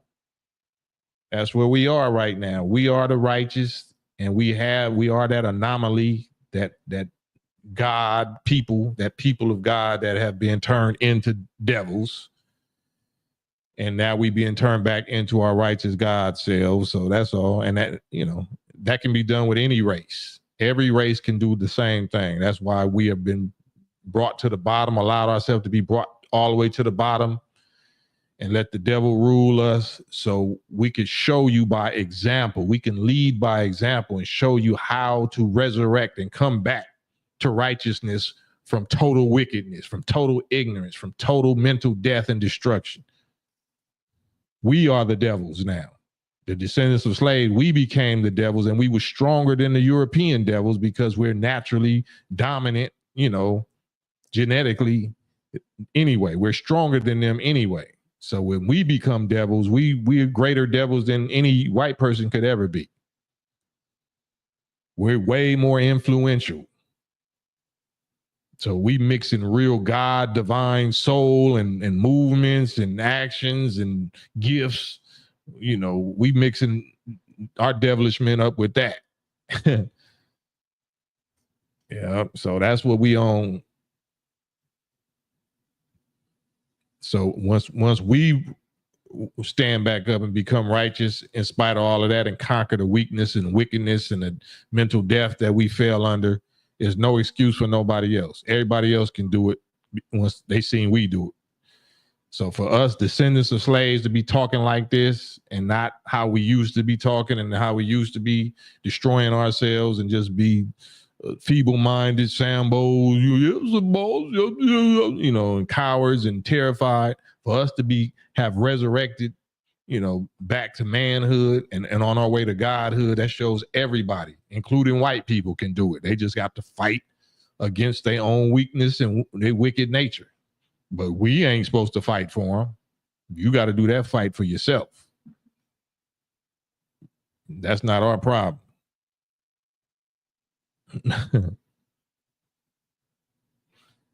Losing my immune system, Black Maryland, huh? We ain't talking about no Maryland. Lance Carter, yeah. Yes, it's Denzel. It's so. It's so. You can go on YouTube and pull up his last 2 or 3 interviews where he talking about this little gay kiss, talking about there is much to do about nothing. They making more out of it than it is, and he's saying it was nothing but but he going there. He's trying to embrace that, trying to get out in front of it to make it seem like he's pro that, he embraces that and this and that. Yeah, they got him. Yeah, he slipped on the baby oil. They got some tapes or something on him. He been on some freak off tapes or something. Right. No edges doesn't matter to me,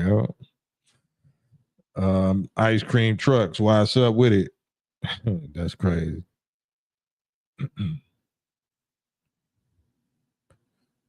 I'm gonna go get this thing. Or hold on, maybe I can do this from here. Because my little wireless mouse probably gonna go off.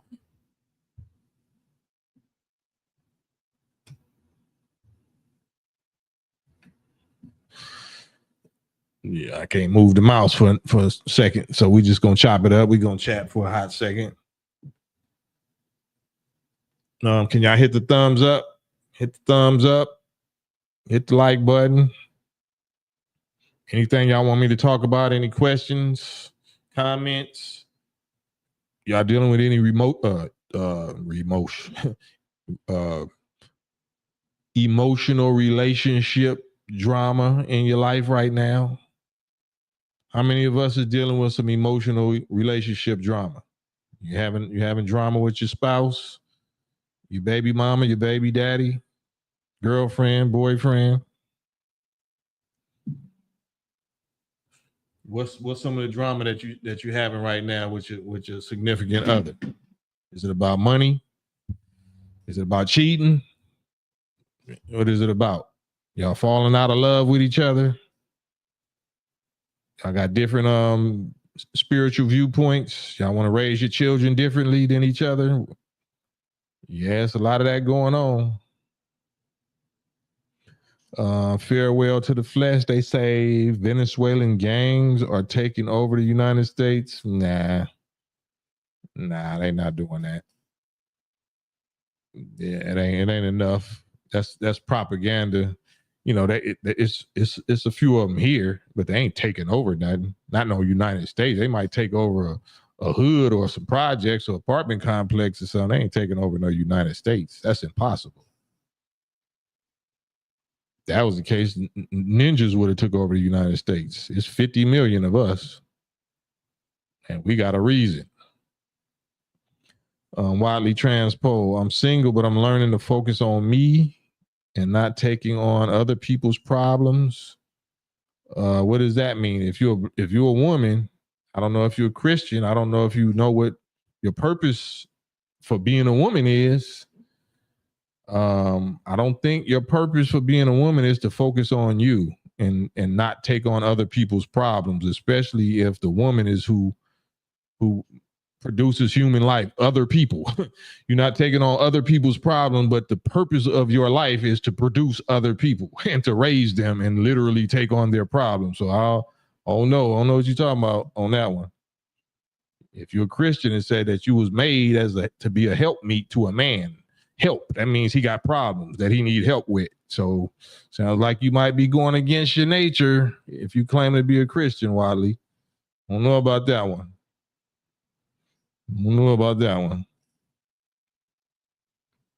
I don't think we supposed to be single. I don't think we was made to be single. My two baby mamas are black. I know you probably look down on that.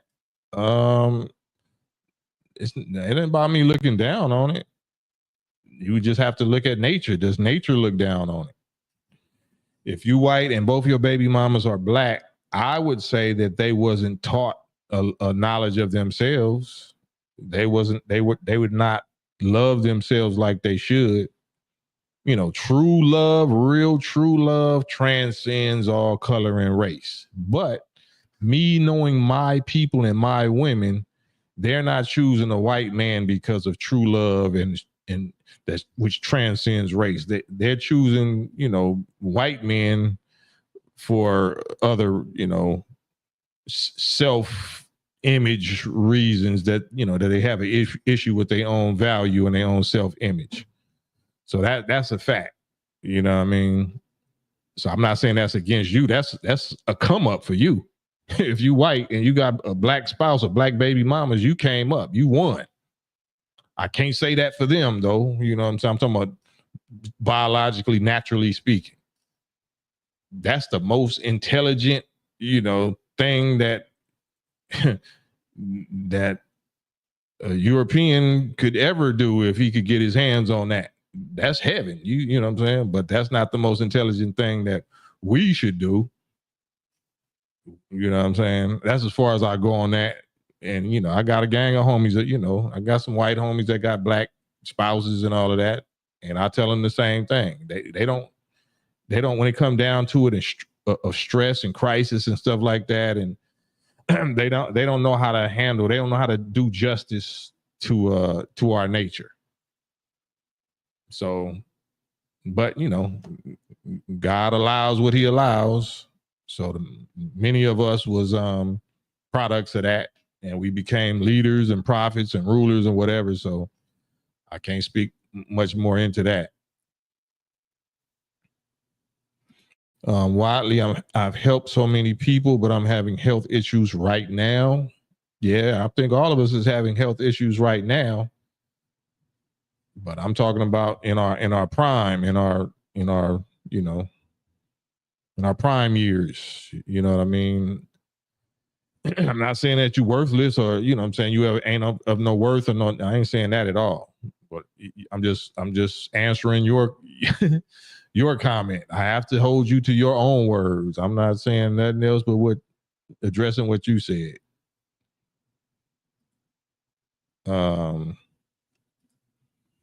Joe Jackson better than having one white one.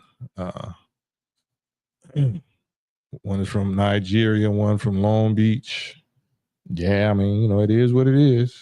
It is what it is. I can't say much about it, Eric.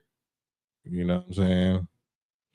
Other than if I was you, I would study Islam. I would practice Islam.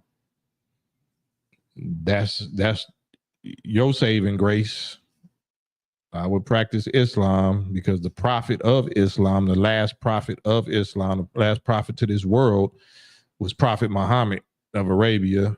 Peace and blessings be upon him. And he was a white man. So he was proof that white people can fight against the wickedness or do the holy war, jihad against the weaknesses and the wickedness of their own nature and become righteous and become holy. So that's what I would do for the sake of your offspring. Otherwise, you know, it's a great chance that your offspring will become your enemy and deal with you like one, you know, when they get old enough or strong enough. So you might want to make yourself worthy. You know what I'm saying? And avoid that. Damien Square, median household income in America is $75K. White median cost of house in America is $440K. Most men cannot marry or have children right now in a responsible way. I don't understand that. And I don't. That's all relative because your definition of responsible or money or success or whatever, you know, you got Mexicans coming across the border that they wives stay down with them with nothing. They out picking tomatoes and fruits or whatever for $1 an hour.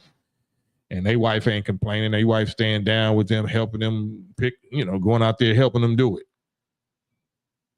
So it ain't really got nothing to do with money. It got to do with the understanding, the maturity level, the understanding of both parties. So I don't know who we listening to thinking that, you know, you got to make this much money and that much money. Yeah, you got to reasonably make enough money to where, you know, y'all can afford to live somewhere. If you're not living on the street, if you paying a rent, you know what I'm saying? That's already it. You paying rent and you got enough money to feed yourself and pay utilities, you can do that for another person. Another person can add, a spouse can add to that if they see your value. But if we all spoiled and act like, I ain't gonna get with nobody unless he already got this, good luck. Nigga, you not no help me. That's not no help. I need help. Your Bible say the woman was created to help him, not help him when it's convenient for you or help him your way. No, help him in his mission, his vision. So, but you know, we think that's all old school, played out, old biblical, old whatever. But all right. Yeah, I keep on thinking that life is short, getting closer and closer to meeting the Lord without being able to enjoy marriage. And instead of saying, Jesus, send me a man, well, shit. He probably sent you a gang of men already. You just wasn't willing to help him. You didn't do struggle love, remember? I don't do struggle love. I can do bad by myself. I got to worry about me. All right. You're going to be worrying about you also. The older we get, you're going to be definitely worrying about you.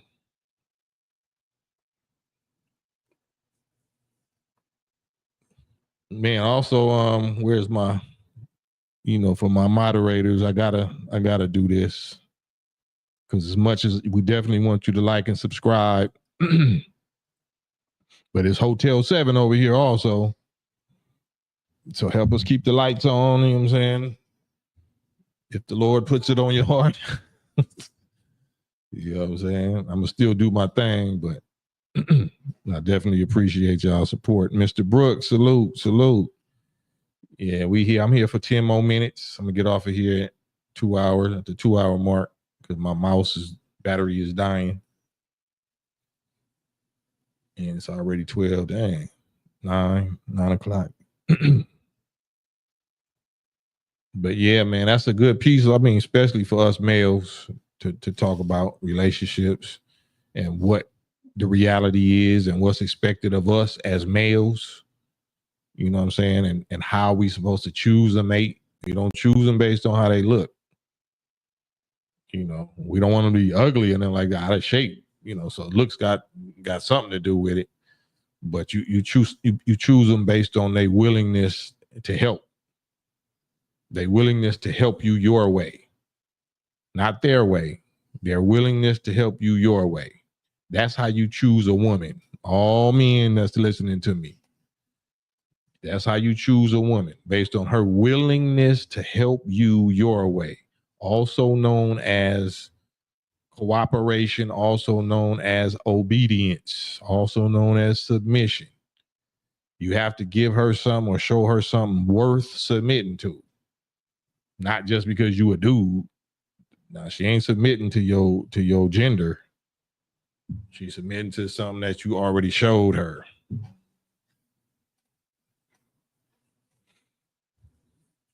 Oh yeah, you can pull them. You can take them. Oh, I'm about you getting them. So most of us don't know how to choose. The science of mating, don't know how to choose. Even if we get somebody good, we can't hold them. We don't know how to keep them. We wind up violating, tricking them off.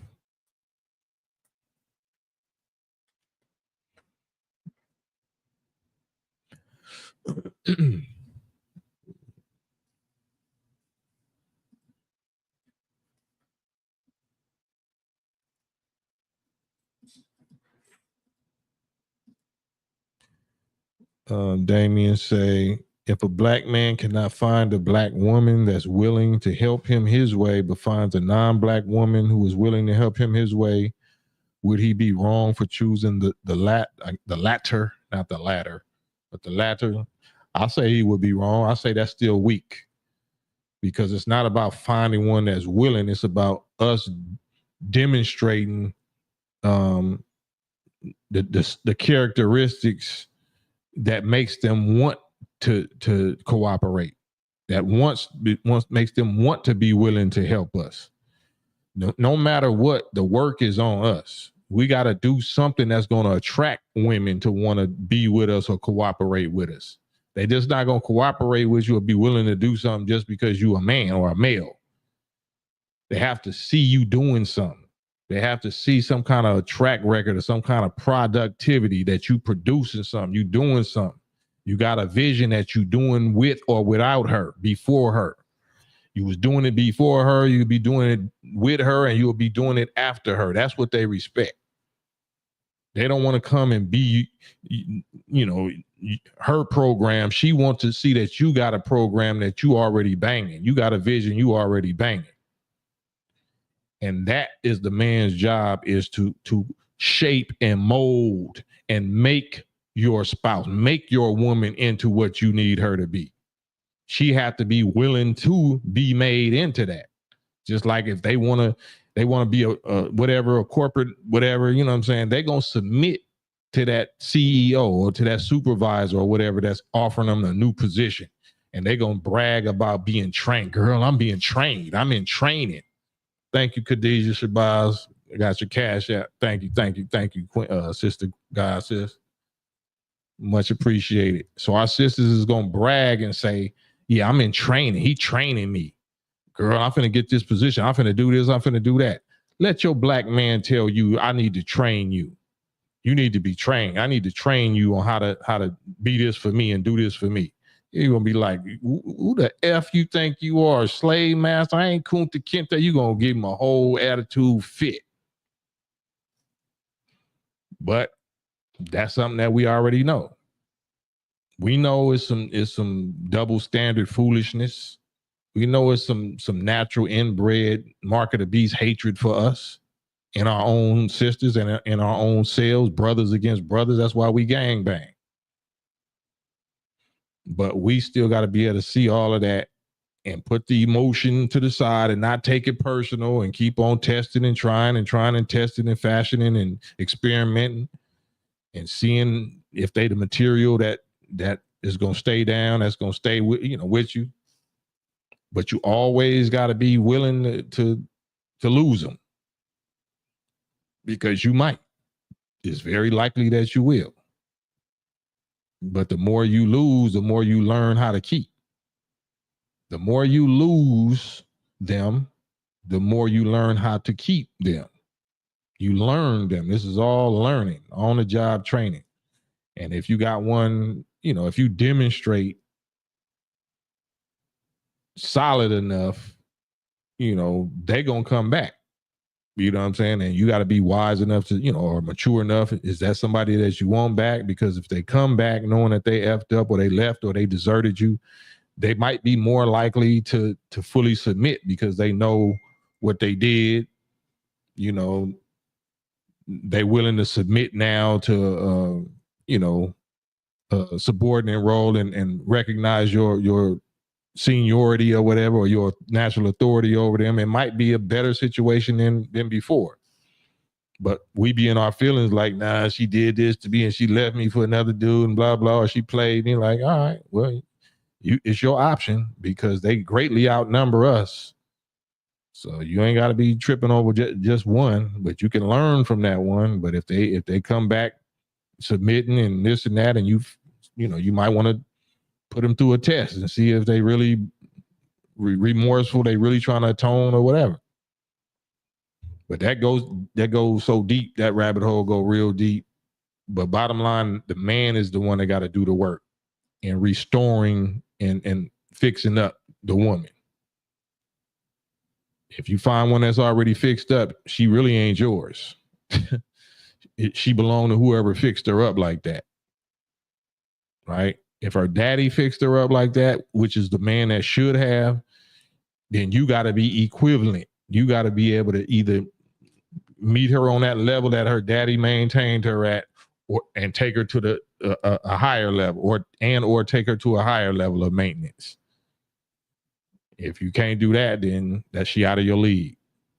There's a such thing 100% as women that's out of our league. Women that we they daddies was better men than our daddies was, or than we are. And they prepared them in a certain kind of way that they're not gonna go down. They're not gonna marry down. They're gonna have to marry either across the same level that their daddy was maintaining them at, or up. But we think just because we older than them, or we stronger than them, or we handsome or whatever, that we qualify. Nope. Surefire recipe for disaster. Nope. You're supposed to marry according to wisdom and marry according to cooperation. Yeah.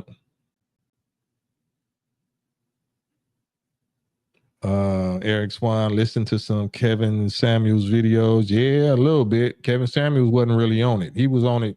He was on this superficial stuff. He was speaking facts, but if you ain't qualified, if you ain't a success in the thing that you preaching on, then how qualified are you? If you ain't successful as a father, as a husband, or as a this or that, then how qualified are you? Why do I need to watch your videos when you ain't accomplished what I accomplished? So that's what they had on him. Like, he just knew how to speak that language. He knew how to look the part and dress and talk about fragrances and say the women's language. He had, like his sexuality was low key in question because he had like little feminine gestures and ways or whatever. That's why he became so big with women, because, he looked the part to them. But when it come down to the nuts and bolts, if you ain't got a track record of being a husband or being whatever it is that you advocating, then that can only go so far. Not saying that he was wrong, but it's gonna come down to where's the proof? Where's your proof?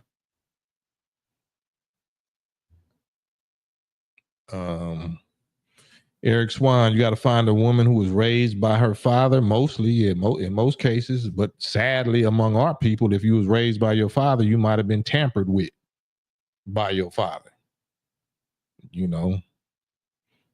So that's a sad reality, and that's one of the reasons why so many of our sisters is out of control because they have been tampered with, not necessarily by their father, but by some male that their mother was negligent enough to let them be around. And once you mess up they concept of reality by being violated like that, then it take a man of God to bring them back, especially on that subject. They get violated, actually. It take God to bring them back, God and a man, because they're gonna be promiscuous. They're gonna not care. They're not gonna be loyal when it come down to it. They're gonna get triggered and get reminded of that trauma and that incident, and you naturally gonna remind them of the person or people that did that to them. So if you ain't a counselor, if you ain't a real wise counselor about getting into trauma and helping people deal with they trauma, then most cases we ain't qualified. And that's why so many people run to other races thinking that it's easier over there. Well, passport bros and all that, it's easier with another race. I mean, it might be, but easy ain't the good thing. Easy ain't good. Easy is not good, because it might be easy in this area, but then it's going to be even worse in some other areas when you try to reproduce and try to raise a child confused, and y'all got two different natures and two different life experiences and two different loyalties, and you know what I'm saying? So you went out of the easy frying pan into the easy fire. So it ain't easy. So you may as well stay where the natural trials and the natural problems is at and just conquer that. We here to conquer. It wasn't easy swimming out your daddy's testicles all the way up that vaginal tract with a 500 million other ones. That wasn't easy. We ain't here to take no easy route. There's no reward for the easy route. That's satanic. No reward for the easy route. The easy route is the BBL route, the wig route, the fake route, the just add water, the instant this, the microwave route. No reward for the easy route. Powerhouse. Is having more money than someone mean they're out of your league? If is having more money than someone, you talking about a woman? If a woman has more money than you, nah, that don't qualify as them as being out of your league. Like I said, it's their mentality, it's their understanding. It's really their faith. What do they have faith in? If they have faith in money, then you might be out of her league. Just because you poor, you might be wiser than her, and she blinded by her money. She blinded by her education. She blinded by her status, her political position. She might be blinded by that, and your relationship would just be a big competition. Y'all just be bumping heads and competing with each other, and she ain't gonna never respect your judgment or your choices or whatever because you don't make as much as she do. She'll keep throwing some crazy little accolades or whatever at you. So it don't mean that you can't conquer that, but you got to know what you going into. She's gonna hit you with all of that. She's gonna hit you with all of that. That's why you got to be willing to just let them go. Like, I don't need you. I need a woman. I definitely need a woman, but that don't got to be you. That woman don't got to be you. You know what I'm saying? I want you. I love you, but I need a woman. I need a wife, but that don't have to be you. And it's easier as a man, if you're a solid dude, if you're a real dude, it's far infinitely easier to find a woman and fix her up than it is for her to find a mechanic that can fix a woman up. A mechanic man, a man that's willing to fix a woman up. They'll never find that. And if they do, they're going to be the third or the fourth or the fifth car in the driveway, if you know what I mean. And that goes against their egos also. The way my arrogance is set up, the way my arrogance, ego, pride bank account is set up, I ain't finna be number two to nothing. Hell yeah, you right. You ain't finna be number nothing. You're gonna be number 50 in that big fat homegirl sipping paint party club where y'all going everywhere, taking trips and all of that without a man with big linebacker backs.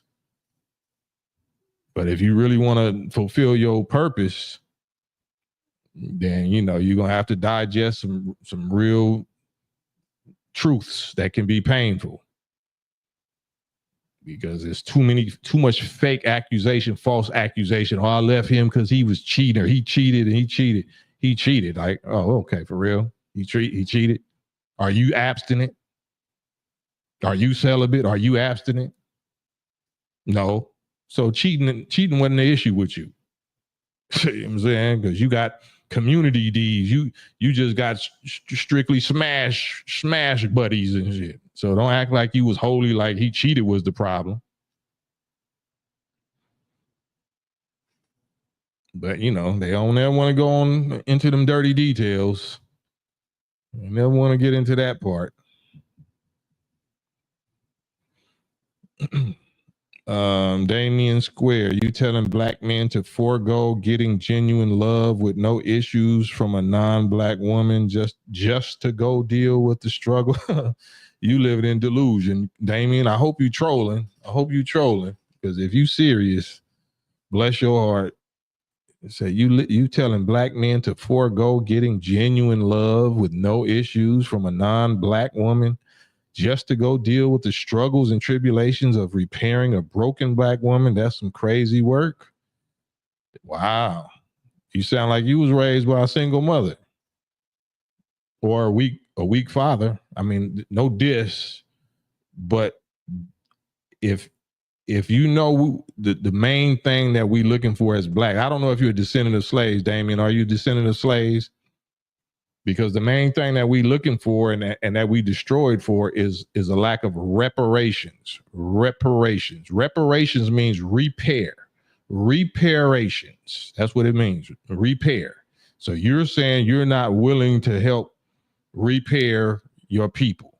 You're not willing to be a doctor for somebody that you didn't hurt. You're not willing to be a father for somebody that you didn't,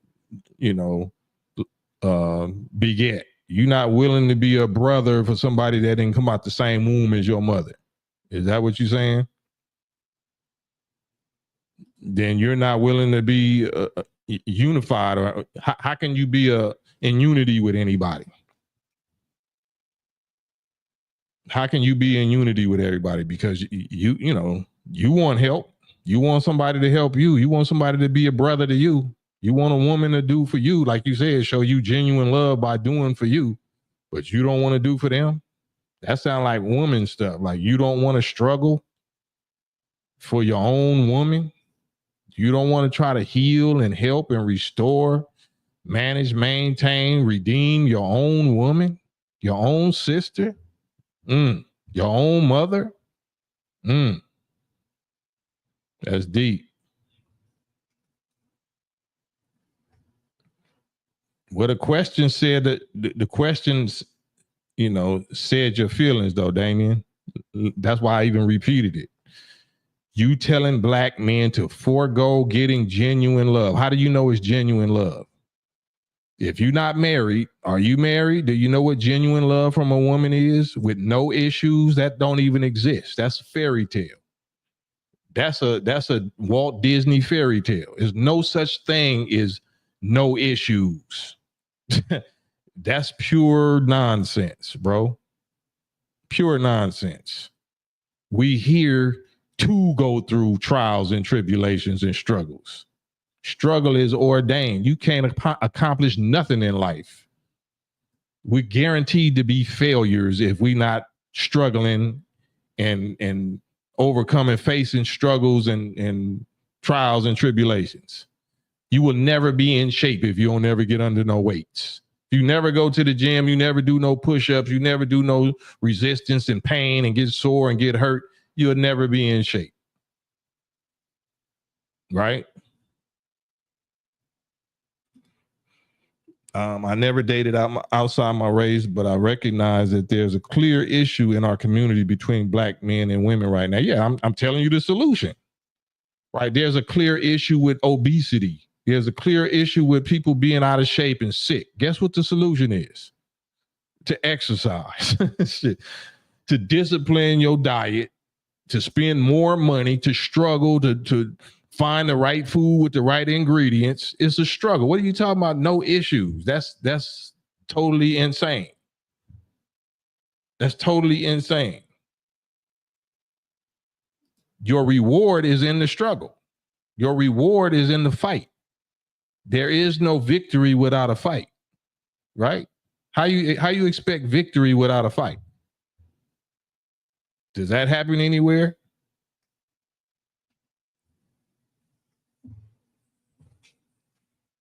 So real love is something worth fighting for, right?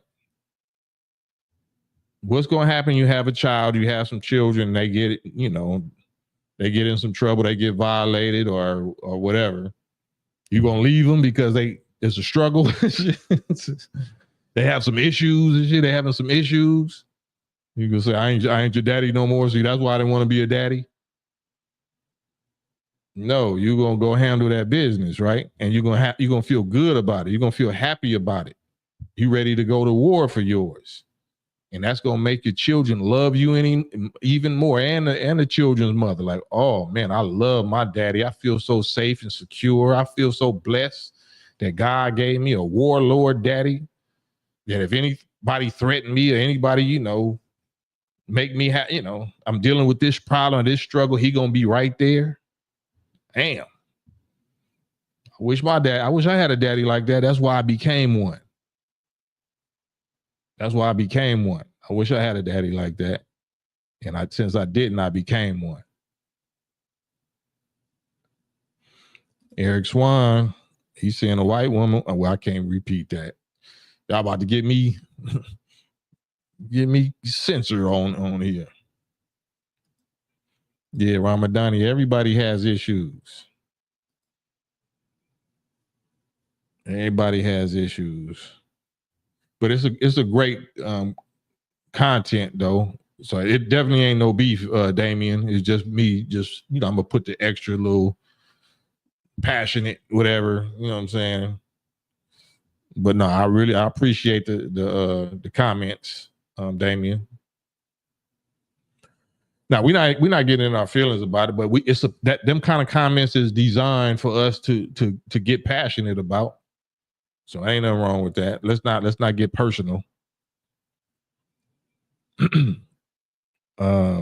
All good. You speak on how combative and uncooperative and unwilling to submit a black man to a black man, or submit a black woman is to a black man. So I wasn't sure if it was expected of every black man to deal with that or die single. No, you won't. No, it's just me putting it out there for males, black males. It's like locker room talk. It don't just have to be black males, but I'm black. And that's the majority of people that follow this channel. So it's just letting you know that, the problem ain't just you. This world and our women says that you're the problem. You no good. It's all your fault, your fault, your fault. So I'm laying that out there just to say, no, it's not your fault, your fault, your fault. But it's your job, right? They're going to blame you no matter what. So you may as well give them a reason, right? And understand what you're dealing with. It's like a car or something, or a field that you're trying to turn into a big garden. You know what I'm saying? You're trying to grow crops, but it's a dried out, burnt out, weeded out field. And you're going to put all kind of backbreaking labor into it, turn the soil over, trying to, purify the soil and put little certain type of vegetables to purify the soil, put worms in it. It might take you a few years. And after all that backbreaking work, you don't get nothing out of it until, some years down the line. So it's a thankless job. But even if it don't produce, even if it ain't in a super soil land and you did all of that work, you still learn something. You still got in shape. You still learn what to do and what not to do the next time. If you got a car, you trying to fix up a 6.4 Chevy or whatever, you know how to work on cars, you trying to restore it. You ran into something that you wasn't ready for, or something that you couldn't afford at the time, and you learned from it. So that's all this is, restoration. We being restored and repaired. Reparations don't come from white people. Reparations come from us. Reparations come from us repairing ourselves and each other. Reparations ain't money. You can't pay me to repair my people. You know what I'm saying? That's something that I know I got to do if I'm going to be happy. If I'm going to be sane, if I'm going to be safe, I got to make sure my people is sane and safe, because otherwise I'm sending my children out into a war zone and they're going to have to be victimized by their own people. So money or no money, reward or no reward, thanks or no thanks, I got to go out and do this work. I got to make my people, help put their mind and their body in better condition to try to leave the planet in a better condition, leave my people in a better condition than how I found them. So yeah, ain't nobody dying alone. That's some Kevin Samuel shit. Like, women might do that because they choose to do that, but none of us should do that. You know what I'm saying? That's saying that you a loser. If you accept that, that's saying that you a loser, in my opinion. It's somebody for everybody. It's just that we don't want to accept the mathematics. We don't want to accept that it's more black women than it is black men. So it's better than being a slave. We didn't have no choices. We didn't have no options for the last 300 or 400 years. We so spoiled and picky and choosy now. Like, all right, well, I thought y'all was just Planned Parenthood and to the tune of 30 million. I thought y'all just did all kind of monstrosity, crimes against humanity and crimes against innocent life. Now you want it your way all of a sudden. You think you could just have it your way? You deserve it your way? All right, you believe that. Nah, I don't, that's just delusional to me. To me, that's delusional. It's somebody for everybody. If you got unrealistic standards, then, you just won't have nobody. We all following false social media, false laws, false rules, false standards.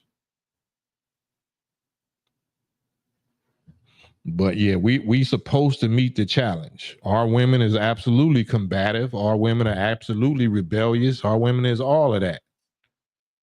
But it's just like stalking your prey. It's just like fishing or hunting. Like, I know what to do. And even if I don't, like, you're going to learn each time you hunt. Each time you miss a fish and you're not able to land the fish and bring it all the way in the boat and cut it and scale it and eat it, you're going to learn more and more every time till you finally know how to do this. Oh, this is how you do it. So you can be wild. There's a lot of wild animals out there that get hunted down and grabbed and taken into submission. Grab your throat, you know what I'm saying? Or grab your heart. I ain't talking about violently. I'm just talking about with wisdom. With real manhood, real masculinity, real wisdom, real authority.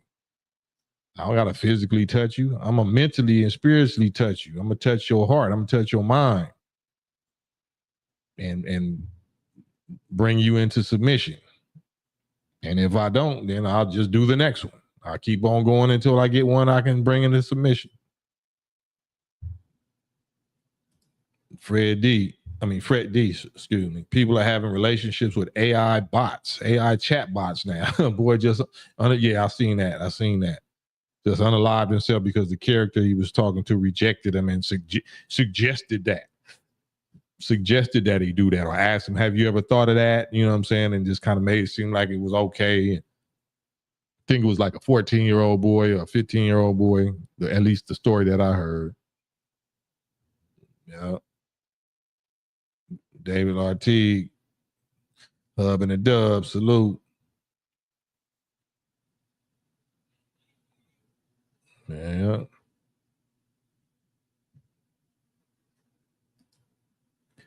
But relationships is a great subject, especially with our women. And even though, like what I was talking about earlier with with Damien.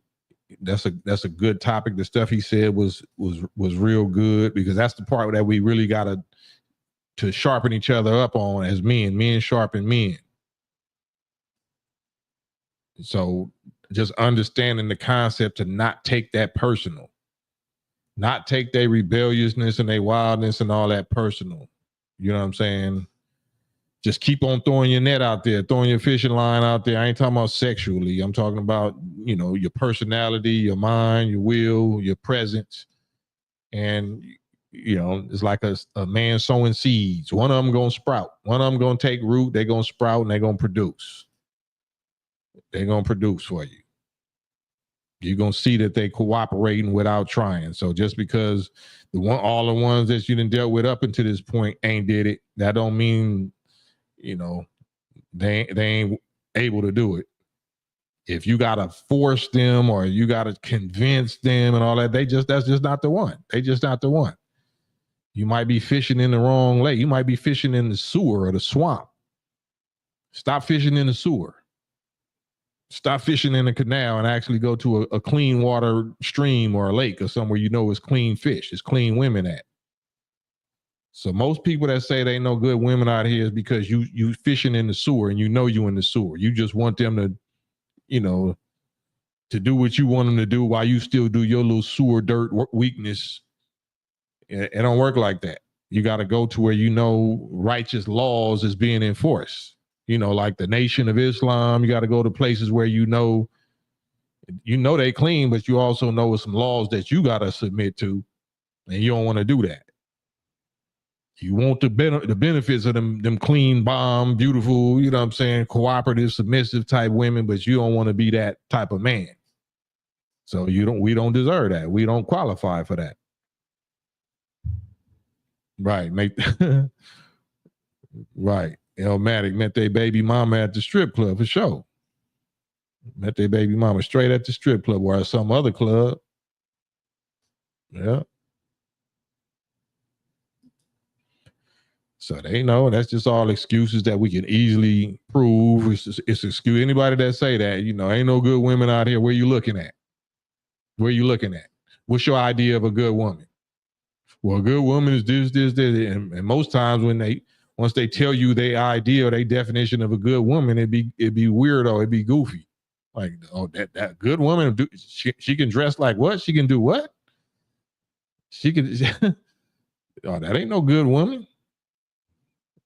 It ain't no better example of a good woman than the NOI, the Nation of Islam women, the MGT and GCC. So now, if they ain't got none of them issues. Well, they got some of them, but it's easily, they easily going to agree with what you think you're supposed to be, your authority and all of that, but they're going to hold you to your manhood standards.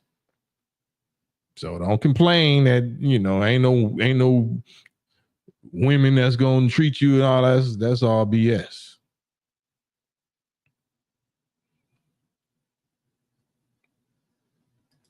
David, you say, how can I meet one? Go to the mosque. It's that simple. You ain't gotta be a registered. Go in there and look at them. You go in there and listen to the message, but then look over there on the other side where the sisters sit. Or go on NOI.org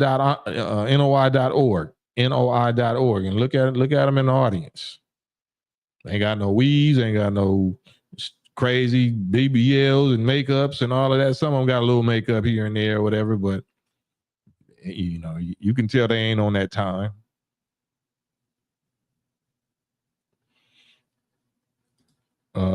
It seems to me that the queens who has accepted the nation be ladies are intelligent, trustworthy, love themselves. Yeah, that's what we want. So you either gonna have to do that work, and which dudes ain't willing to do. You know what I'm saying? Or if you're trying to pick one that work was already done, somebody else did that. So you got to submit to who did that for them, who prepared them and made them so quality for you. Because you can't come in and make mischief with them, because then you're going to get dealt with. You're going to get retaliated against by the FOI. So you can't come play with them. This ain't Forrest Gump. Life is like a box of chocolates. You think you just take a bite of one of the Muslim sisters and that'd be the last bite you take. So anything worth having is deadly consequences for violating. Yeah. Off topic, I spent all of the 90s going to the Gardena indoor swap meet. I can't believe I never saw you there. Yeah, man, that was my spot. Who is that? Miss Lee. Man, we made them rich. That's all we used to come there for is white tees, pro club, tight necks. We the one taught them how to, how to go back to downtown LA and stitch up make your t-shirts look like this. Make this, then this. Yeah, I used to stay in the Gardena swap meet. Mo Better 1212, salute, peace. Really, my brother, I'm not a member of the nation, but brothers make a lot of sense. Yeah, you a member of the nation. You might not be a registered member of the mosque, but the nation is all of us. The nation, most nation of Islam members of this nation don't even know they members. You born a member. The nation of righteousness. Islam just means submission to truth, submission to God. Whatever name you call them. So that's the mosque is that's your place. You can go there whenever you want. You just got to respect the rules. Just got to respect the rules.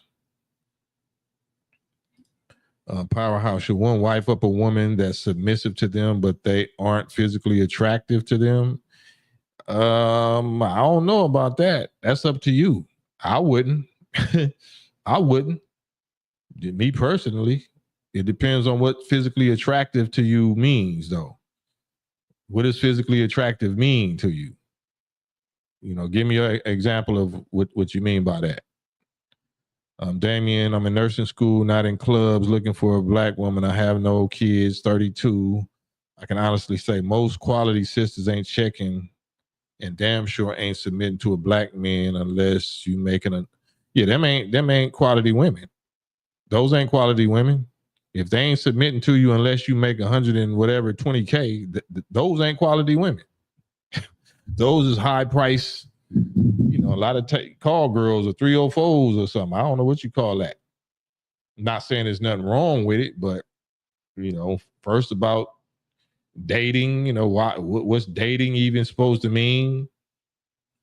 It's just manhood training that you need, Damien. You need to learn the science of mating and what the criteria is supposed to be. Because sisters is definitely checking. You know what I'm saying? Sisters is definitely checking. It's just the sisters that you dealing with. Like I said, nursing school ain't it.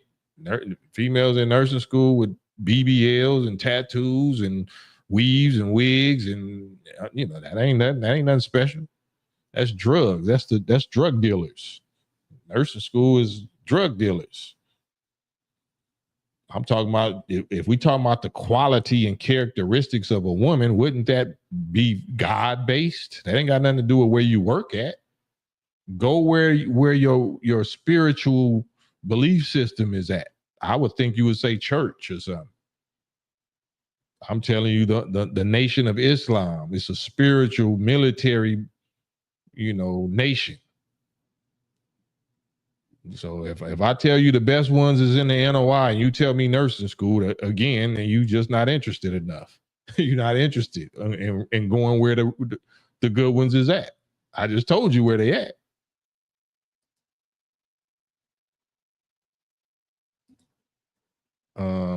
Khalif, David, you can visit your local mosque this Sunday because all of us black people are citizens of the nation of Islam. Absolutely.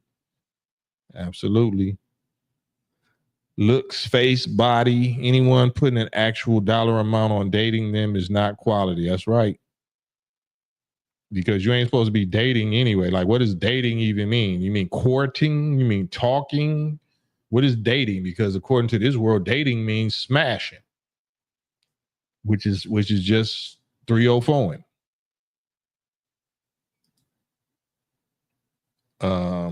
Kingdom, peace, Kingdom.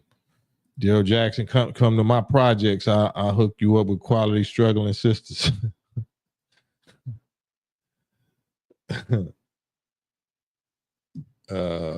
Kyla, if I slave all day Sundays, truth be told, I strive for a loving, smart woman. However, I've been told by ladies I'm too nice. I'm just telling y'all, man. I'm telling all of us, right?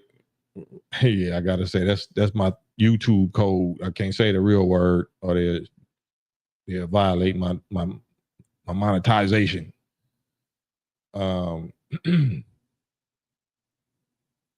But yeah, I'm telling you where they at, man. I'm not, I'm telling you this is where the best ones is at.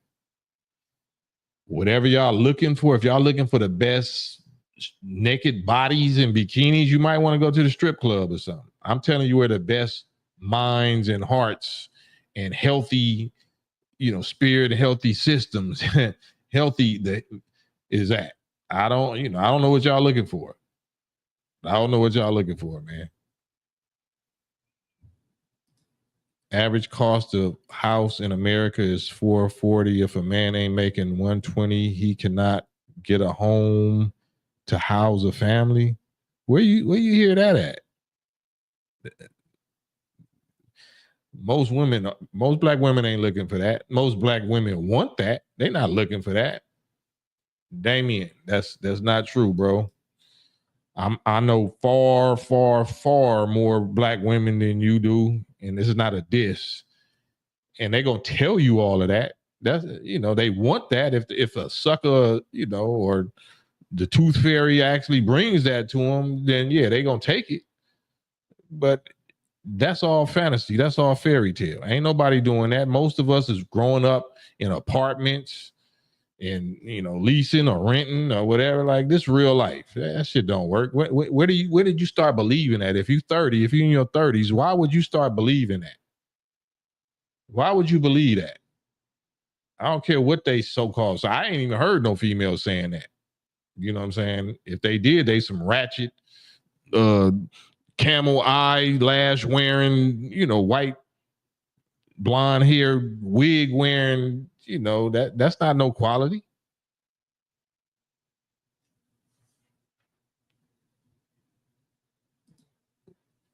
Yeah, any woman that say I make this much, but I refuse to have a man that makes less than me is gonna be single. They're gonna be single, and then they're gonna get older and older and older, and then they're gonna wind up paying like they weigh. They're gonna wind up realizing that I have to pay for a man, or they're gonna pay for a woman, or they're gonna pay for some toys or some pets and some plants. That's the options. Because that is 1,000% not going to be successful.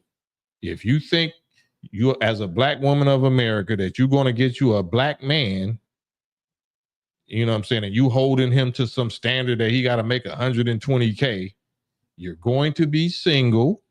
You're going to be a cat lady or a dog lady. You're going to have toys, and you're going to be raising plants and vegetables and shit in your home garden, listening to jazz, smoking weed.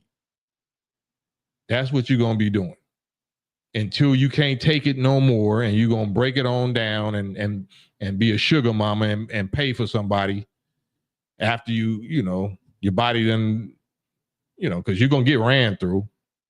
You're going to play that game and that role like, I only mess with dudes that make this much money, and dudes that make that money is going to be smashing the shit out you. And that will never commit to it. So they're gonna stretch your little box all the way out of shape. And then you're going to be wondering why Jesus, why Lord, you know what I'm saying, all this kind of stuff. And then you're going to break it on down and share a dude. You're going to share a man. You know what I'm saying? All of that, I'm just telling you how it go. Like, I represent one of the first generations of the full manifestation of seeing how the wall looks. You know what I'm saying? My generation from me being born in the late 60s and seeing the whole rise and fall of this whole arrogant, fine women, and then social media, and then all of this celebrity stuff. Just like Vivica Fox, like, people like that. This is the first generation that I know about that was offered all of this stuff and gassed their head up like they was boss chicks and all of that, just to crash out, just to hit the wall. So, and this is how it looks. This is how it looks. They all wind up with big auntie arms and with big backs. You know what I'm saying? Loud, sipping paint parties, hitting every little sorority function, like finding a sisterhood this, a sisterhood that. They're going to be really banged out about their sororities, this, or whatever they corporate. They're going to immerse themselves in I'm a boss chick and going to all the little functions of business stuff because they failed as a woman. They failed as a woman. So they have to say I'm successful as something. And they got to keep each other company. And then they go home and cry. They go home and, mess everywhere or whatever. I'm talking about all they purses and bags and shoes is laying everywhere. Their houses are wrecked. They little cats or they little, they talking to their cats and talking to their dogs and watching Netflix, crying. Most of them turn into weed heads. Because they got to sedate their mind so they don't have to think about their reality. Or they turn into alcoholics or they turn into foodies. They got to do something. It's like speaking at women's empowerment events. Right. Eric Swan, Vivica Fox was fine as hell. They all was. Where they at now? Are any of them married, having families they raising? All these bad chicks that was of the 90s, where they at? Where they at? Yeah. When they should have just broke it on down and committed and stuck with a decent dude and realized that this was just a seasonal little thing. I'm popping right now. I'm seasonal, but I'm looking for the future. I'm looking at the future, the long game. But that ego and that pride won't allow them to do that. It won't allow them to sit down and stop being a busybody or a busy mouth. They got gassed up by Pharaoh. They got spoiled and spared so much. They was living under that grace so much. They start believing it. They didn't think the sun would ever set on they highly favored, they blessed and highly favored, or they physical appearance. You're gonna always find them posting throwback pictures, throwback. Not what they look like now.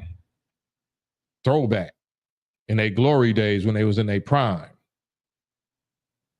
Stuck in the past, stuck on a time track.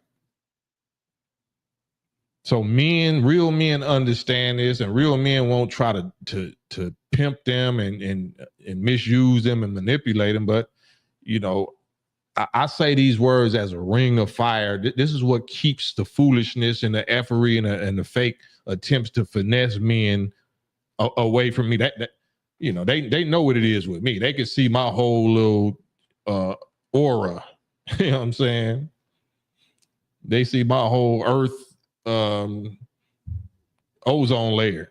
Just pure oxygen, pure fire. They don't play with me. And they ain't gonna play with nobody that speaks like this. It don't mean that I'm disrespecting and violating. Because they call me that. They call me old and bitter. Dark Gable, you know what I'm saying? Like I say they are, but one of us got a family, a loving family, and one of us don't. You know what I'm saying? So they're going to definitely hit me with that. Who hurt you? And you just mean, you misogynistic. Okay, well, here go my daughters. I ain't going to really show their face. Here go my wife. I ain't going to really show her face, but you can hear them giggling and laughing. You might see me posting this and that. Like, it's beautiful over here. We love it here. How about you? Now let's see yours. You know what I'm saying? That's the difference. Them receipts hit different. Yeah, I might be bitter against flossing and faking and unjust rebellion.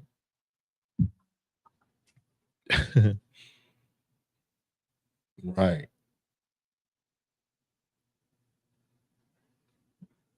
Man. Yeah, praise be to Allah. And the cold thing is, Khalif, praise be to Allah for my family. It's beautiful, but we struggle. We struggle.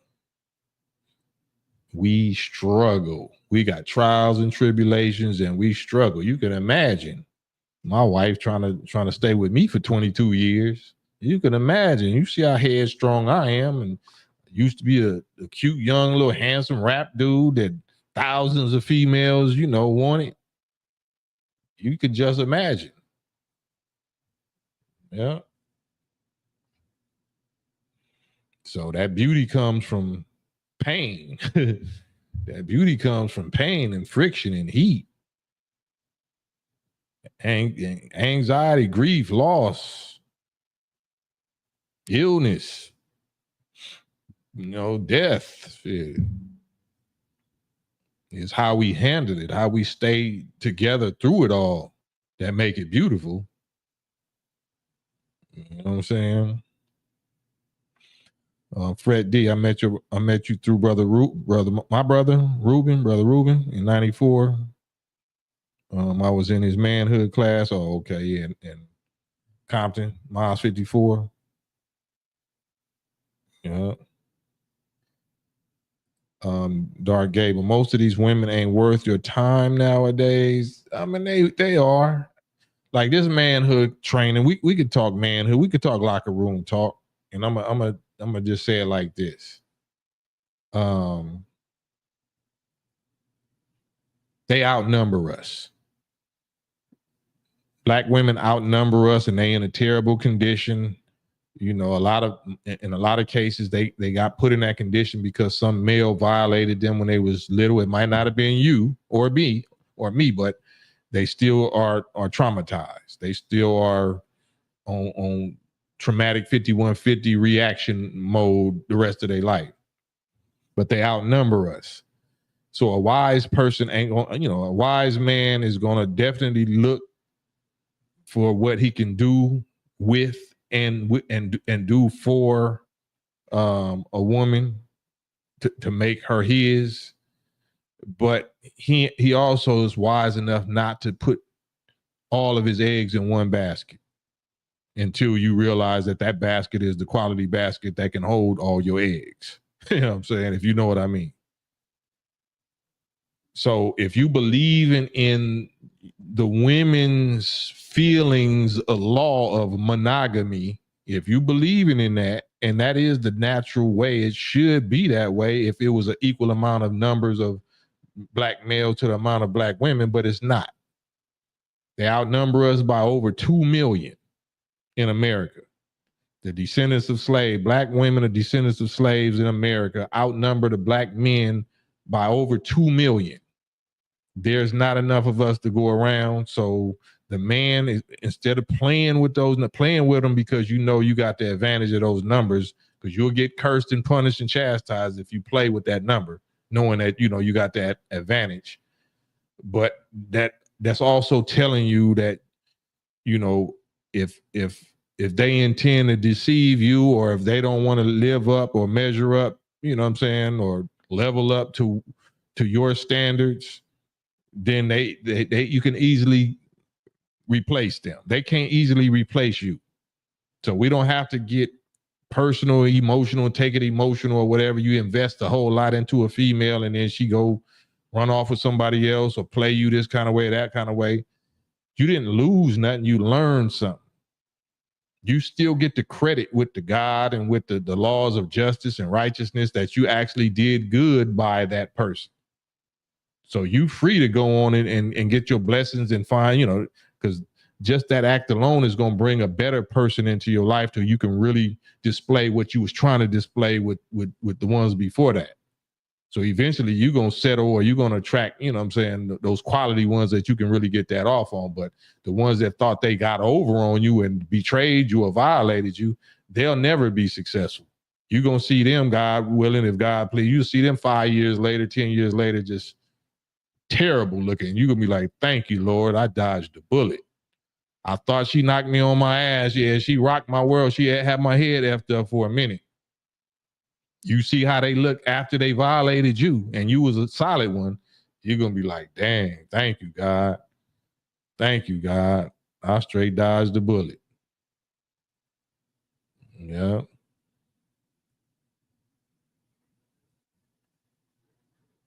I'm scrolling. A lot of the ladies are turning to other women. Well, you know, that ain't going nowhere. I'm gonna go to Mississippi and get a sister, free her from slavery. Salute, walk him down, Mr. Well Enough. Salute.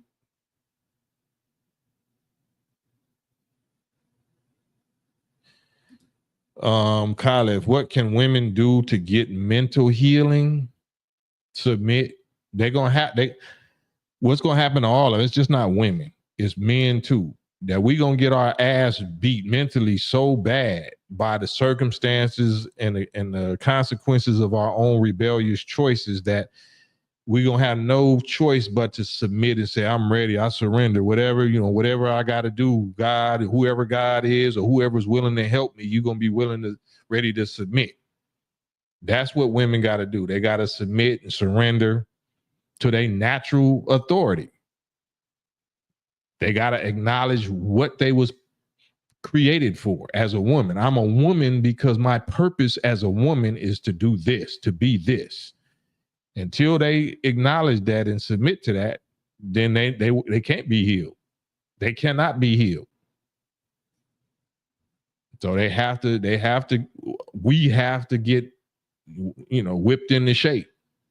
God and the forces and the circumstances got to whip us into submission shape to where we willing to get taught. We willing to be healed at that point. We got too many fig leaves and masks and covers and images and finesses and shit, devices and games that we think we getting over on God and over on the people. All of that got to crash. You got to burn all of that. We get in the right trial. We get the right trial or tribulation or grief or whatever put on our ass. We gonna cough all that up. Yeah. Everybody needs to submit. Absolutely. That's what it's about. But we lawless now. This is the land of the free. So it ain't no submit. It's the complete opposite. It's about not submitting. It's about can't nobody tell us nothing. Do what you want to do, which is the ultimate last crash out. That's the ultimate hit the wall crash out. Yeah. David Lartigue, trust. I seen one of my exes and brother, yuck. Believe me, I thank God and got away from her. Yeah, that's how it goes. They don't realize if you a solid man that you was they blessing, you was that man from God or man from Jesus that they claim they was praying for. But once we get up on each other, our familiarity breeds disrespect. We start disrespecting and disregarding each other because we think we got him. Well, I got him, so I ain't got to respect him. Now I see him up close and I don't like how he do this and I don't like the humanity of him. I don't like, this and that because you know him now or you know something more about him than you knew. And it don't fit your fairy tale. It don't fit that fairy tale that your mama or your homegirls or these movies and shit taught you. You thought it was supposed to be happily ever after, picket fence, 3 children and a dog and honeymoons and going on vacations and some music in the background. Nah, this hell. Nah, this war, this hell. It don't go like that. This is the beginning of the real fight. The marriage and all of that is the beginning of the real fight. That's the real war. Can we stay together while we being attacked by the real enemy? Do you want to acknowledge that this is the real enemy? You want to get in this war with me? You want to teach your children the way I say teach them? You want to cover your ass up? You want to not have these male friends and shit? You want to get off social media? You trying to make me a slave? You trying to imprison me? Oh, okay, well, that's the struggle. That's the discipline. If y'all seen Heat, you remember Heat with Robert De Niro and Al Pacino? Never something that you ain't ready to leave in 30 seconds. And you willing to do that? That's the discipline. Yeah. That's how I go. No, let them know what they signing up for up front. This is what you signing up for. You with me? This is how I go with me. I'm gonna be the realest dude you ever met, but also I'm gonna be the well, I ain't gonna say that, but they'll be if you are the realest and most solid one they ever been with or met, it'll show down the line. If they leave or whatever, which they free to do, it'll show down the line. You can look at their condition. You can look at their appearance. You can look at their appearance and see how they was looking while they was with you versus how they looking after you. A lot of times it's that simple. You can see right away, like, God damn, ooh. You know what I'm saying? So you feel good about yourself. Shit, at least when you was with me, you was under righteous law and you was glowing. I don't care. You might have felt like you was in prison or you was struggling and, you couldn't do what you want to do, but you was preserved. You was looking bomb when you was with me. I don't care how you felt or whatever girls you was listening to, girl, he got you locked up in the house and you can't go out with us and you can't do that. Yeah, you able to go out now. You can go, you outside now, look at you. Like, shit. I'm glad I ain't got to worry about you at that point. You belong to the outside. You belong to the streets. I ain't got to worry about you. Yeah.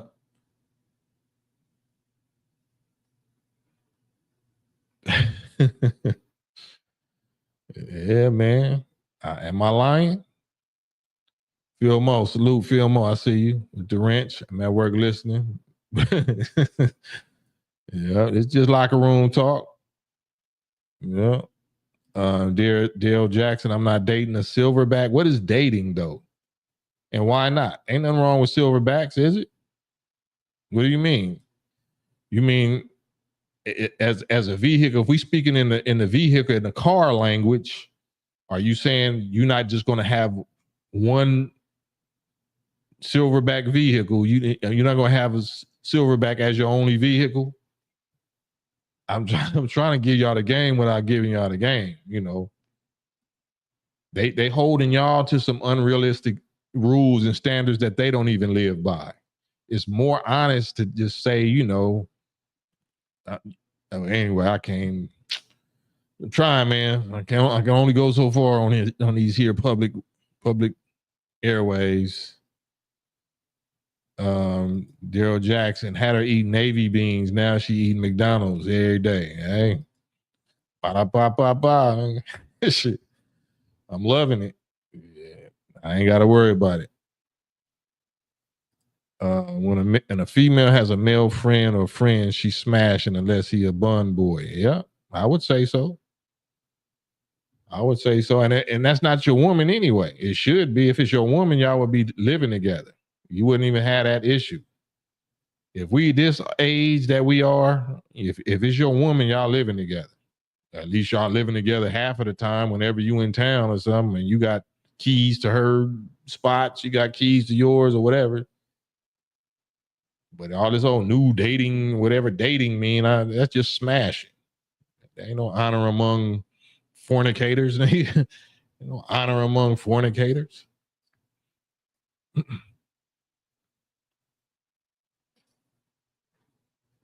No. Oh, I'm not eating I'm not dating a big old ham sandwich eating. Yeah, that's why I wanted to hear the bro say what is attractive mean? What is somebody that's not attractive? Because somebody can become attractive.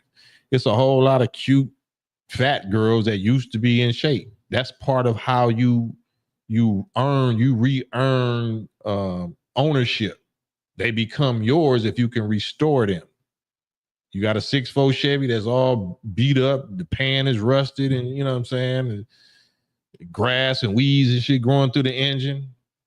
It's convertible and that done rotted out and everything rusted.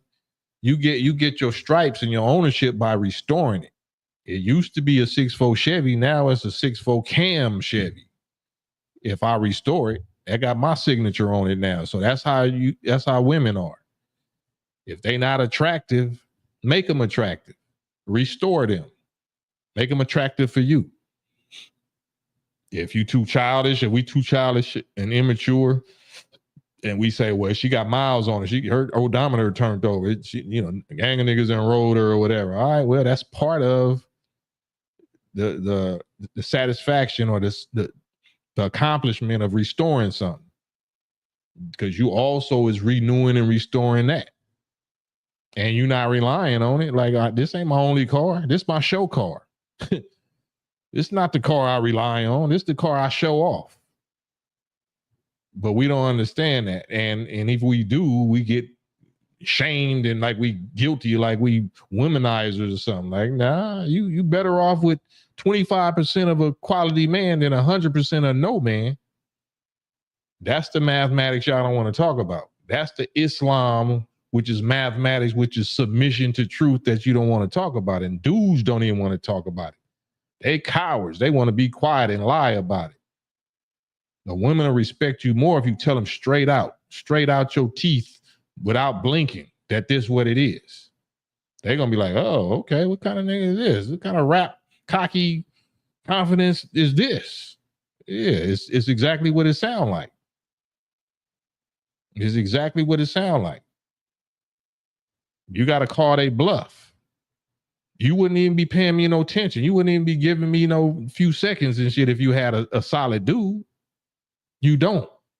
I'm the solid dude in your life right now, these few seconds. And you trying to see what my angle is. You tell them straight out.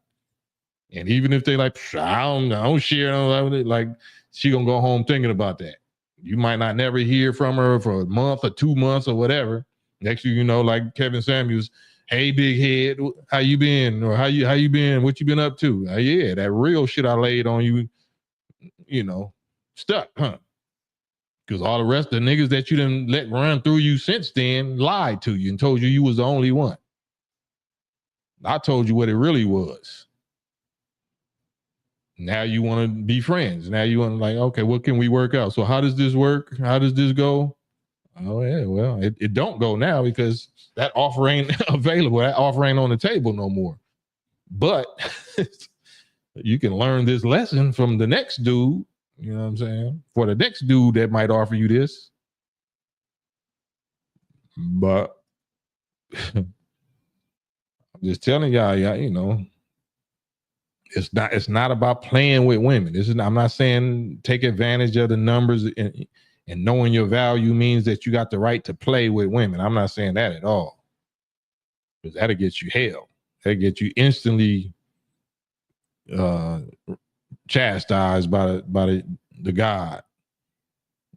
But you may as well, you know, enjoy yourself, or, you know, if you naturally like the company of talk, you know, of women and talking to women, and you ain't in no relationship, talk real with them. Talk to them like this, like a homie.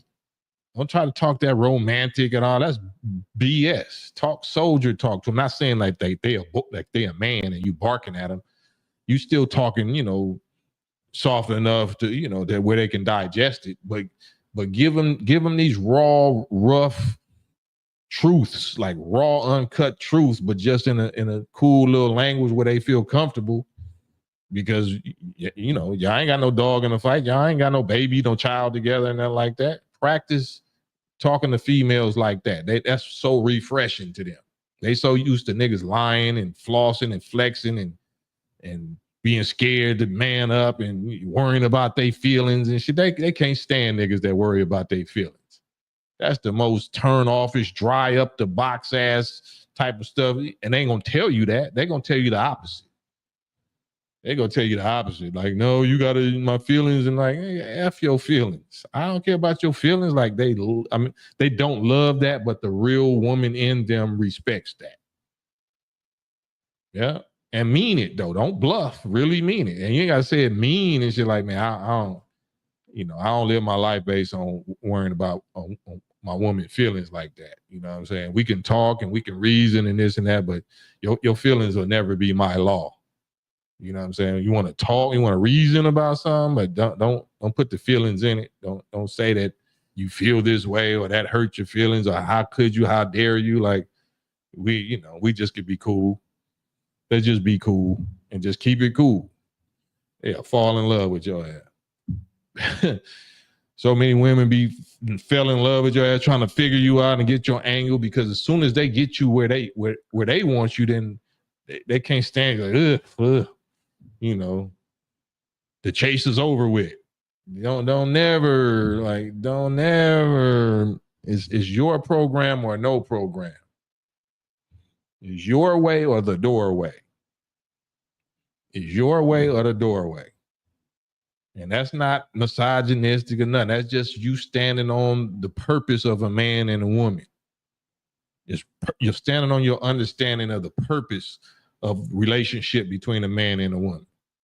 Knowing what you offer, knowing what you provide, knowing what your presence mean, the value of your presence, the value of your nature and your duty, and knowing the value of hers.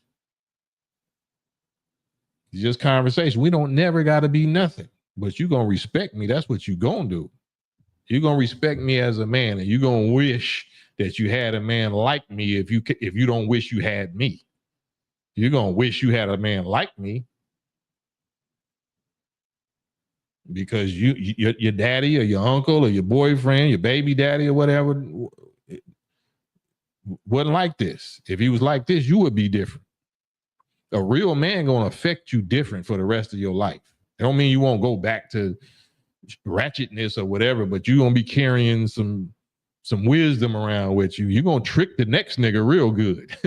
If you with a real one, you with a real God man or whatever, and then you leave him for whatever your weak reasons are and shit, you going to retain that wisdom that you got from him. You're going to get some real God wisdom. You're going to trick the shit out that next dude.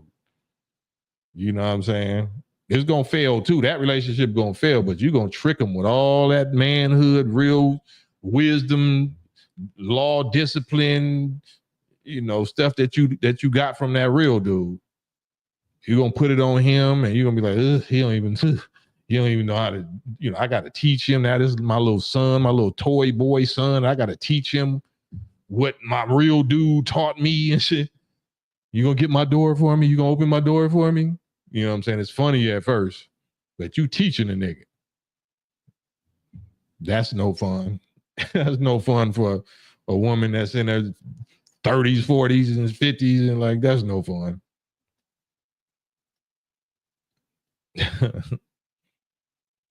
Yeah. And it don't got nothing to do with how you look. Of course, you should be groomed, be well groomed, have your hygiene up to par. You know what I'm saying? Be clean and groomed. But they love a natural, strong man that they can't run. They love the fact they can't run you. They can't manipulate you. They can't rule you with their box or with their emotions. Once you can resist the box and the emotions, they gonna be like, what you want me to do? What I need to do? You know what I'm saying? They so used to having an attitude. Well, first what you need to do is check your attitude. That's what you need to do. Because I'm not the guy that you was dealing with or the guys before that. And it don't mean that you just on some mean stuff. Sometimes you just won't say nothing. Like, you know what I'm saying? It ain't about being talky and mouthy and shit. You know what I'm saying? Sometimes it's just a look. So what I need to do, that's what you need to do with this look say. So what about, sometimes like, it's just like if any of y'all that's a father and y'all raise y'all daughters or y'all children, mama be screaming, get off of there. Daddy ain't got to do shit. Daddy just going to give you a look. You know what I'm saying? And they eyes start getting watery and shit. Like, yeah, you know what that means. Yeah. That's how I go. That's the nature. Once you know your nature as a man, it is what it is. But some women, especially the nation, they know their nature too. They know their power as a woman. And strippers know their power as, below the belt. They know the law or the rule of physical attraction. They know they need to be in shape. That's why you got to respect strippers and stuff like that. You know what I'm saying? They know how to cater. They come to a man and cater to him and talk sweet to him, this and that, and they looking good and they smelling good. If if women just kept that up and did that, wives, after you get with your dude and you take some, some notes out of that book, man, that'll take you a long way. Take you a long way. Daryl Jackson say, I get weak for my daughters. I used to. It depends on what you mean by weak. It don't mean that you got to be hard. Like you're not no slave driver on your daughters. But if they messing up, they got to know that they messing up. They got to see that you don't approve or you disappointed or whatever. You're not having that.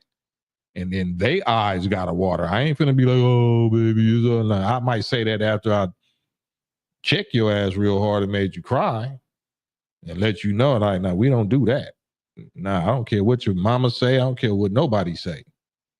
You don't do that with me. You don't do that with no adult. You got to really, and then after that, you comfort them and treat their wounds and hug on them and all of that. They got to know I'm not here to be your friend. Shit. I'm not your friend. I'm your best friend, but I'm not your peer. I'm not your peer. Nah, I can't get weak for my daughters. Not like that. I get weak if I'm not doing my manhood duty, like, you know what I'm saying?